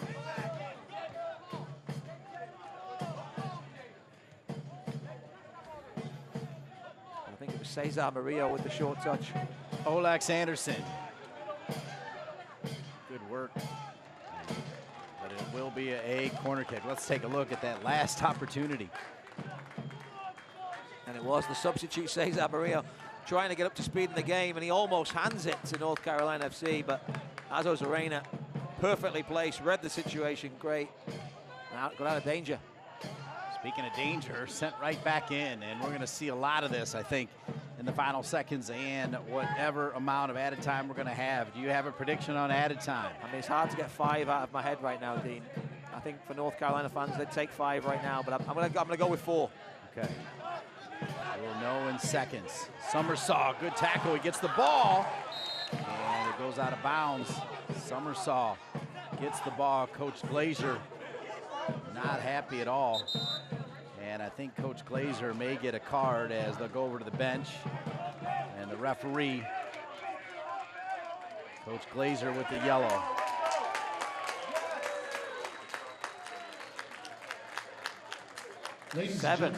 Seven. I'm like, where's the substitute? I see 7. 7's coming on.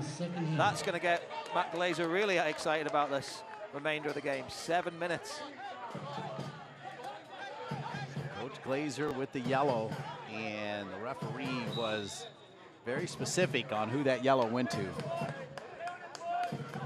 think his frustration levels have been boiling. I think a lot of it comes from not being happy with his team in the second half, to be honest. Just not performed the way they did in the first half, but I think some credit has to go to North Carolina, the way they've battled back, shown some spirit and belief to get themselves into a good position. Arriaga. Olex Anderson, Leonard. I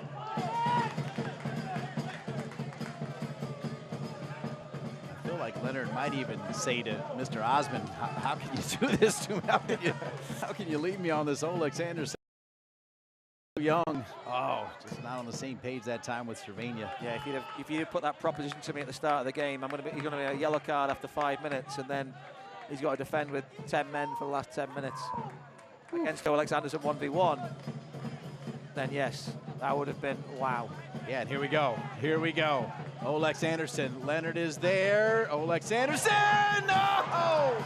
On a platter for Arriaga, and he cannot find the goal. And Olex Anderson is doing the business, causing absolute havoc down that left-hand side.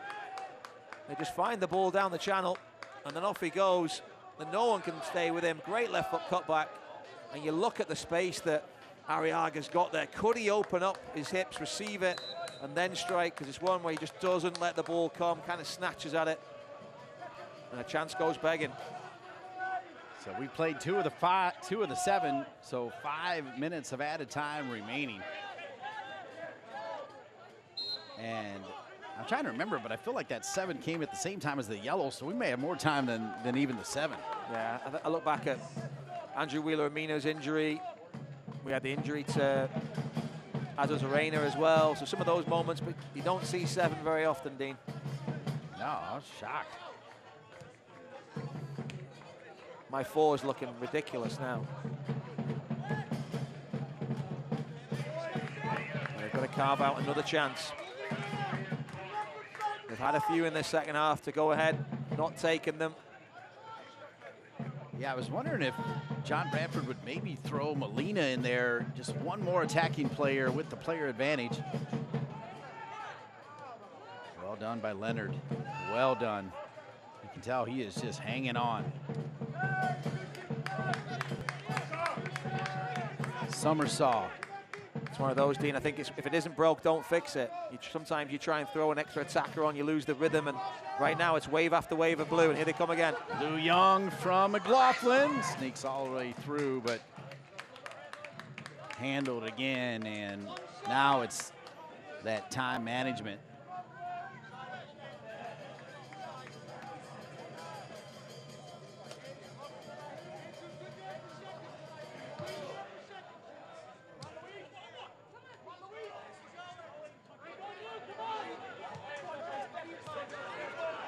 Maldonado sent to the showers with 2 yellows, and forward Madison FC has a chance right here. Oh my, that would have been the biggest dagger ever. I mean, are you with me on that? Yeah. No question. It's dangerous though when you're at 10, when you're 11 v 10. Everyone thinks it's easy. You're on top. You're going to go win the game, but you see it time and time. You see a lot in the NHL. You see a team short-handed. They'll go down the other end and score. It's just one of those. You've got to be careful. It's sometimes easier to play with 10 because there's no pressure on you. The onus completely shifts. It was 1-0 forward Madison FC at halftime. Olex Anderson comes in, draws the PK. Garrett McLaughlin steps to the spot and ties it. And now for quite a bit of time, North Carolina FC has had a player advantage with Maldonado receiving his 2nd yellow.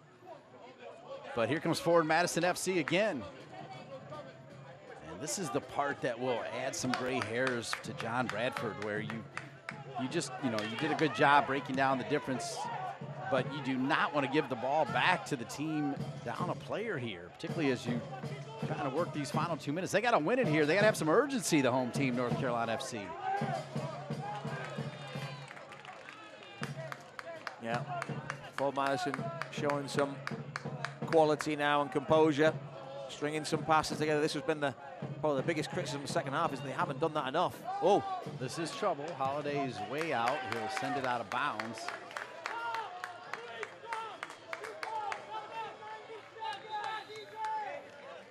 Some dodgy moments here for North Carolina FC. Up a man. Looked like they were full on going for the win, and now forward Madison FC has looked dangerous here. This ball sent across, headed out of there by Fernandez. Pekka drops it down to Somersault. He mishits it. And Strange is in. Oh, Holiday with a big time save. Oh my goodness.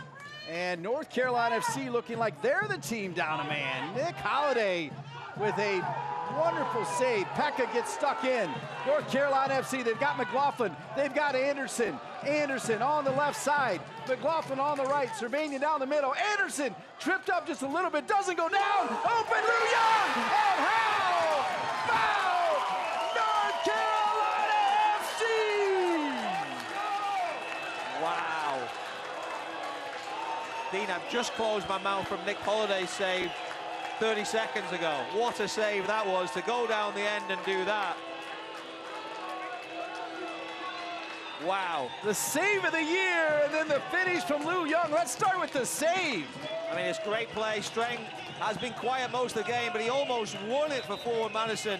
Holiday stays big, gets an arm to it, and then it's the Olex Anderson show again. Stays on his feet this time, left foot, fires it across the 6. And Lou Young, of all places, at the back post. The most calm man on the field after Nick Holiday's save. Tucks it home, and what a goal. 2 weeks ago, Dean, we were in tears watching North Carolina throw it away from the point of victory, and today it's completely flipped the script. Wow. In the words of Patrice Evra, I love this game. Indeed. Indeed. Holiday just throwing his body out there. There he is. Nick Holiday. Woo!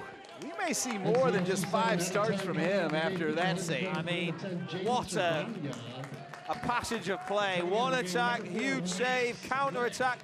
The one thing I think that just Matt Glazer will be absolutely fuming at, there was the challenge on Leonard midway through the North Carolina half in that counter-attack that didn't go their way.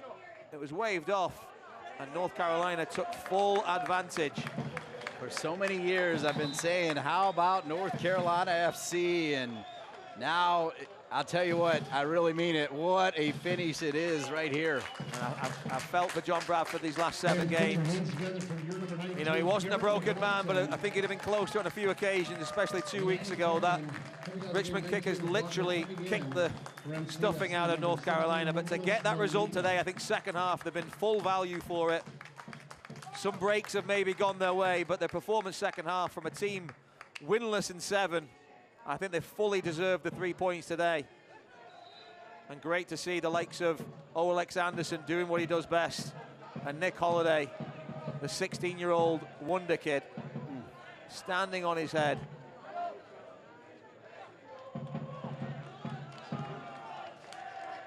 It really did feel like forward Madison FC was going to get 3 points down a man, and instead North Carolina FC, after the save from Holiday, goes the other way.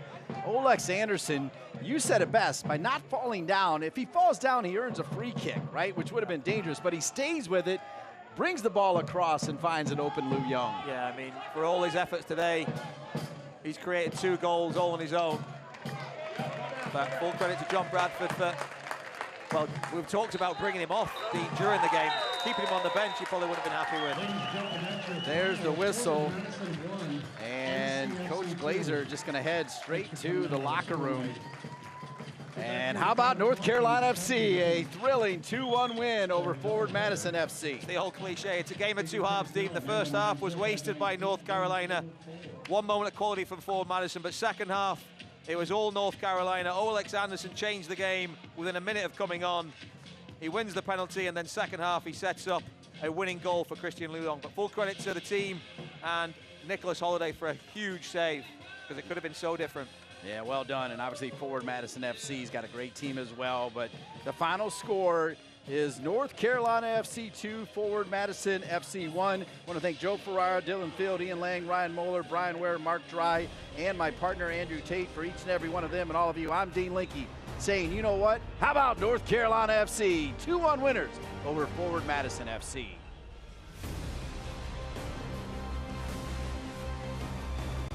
This copyrighted telecast of the United Soccer League League One cannot be retransmitted, rebroadcast, or reproduced without the expressed written consent of the United Soccer League League One.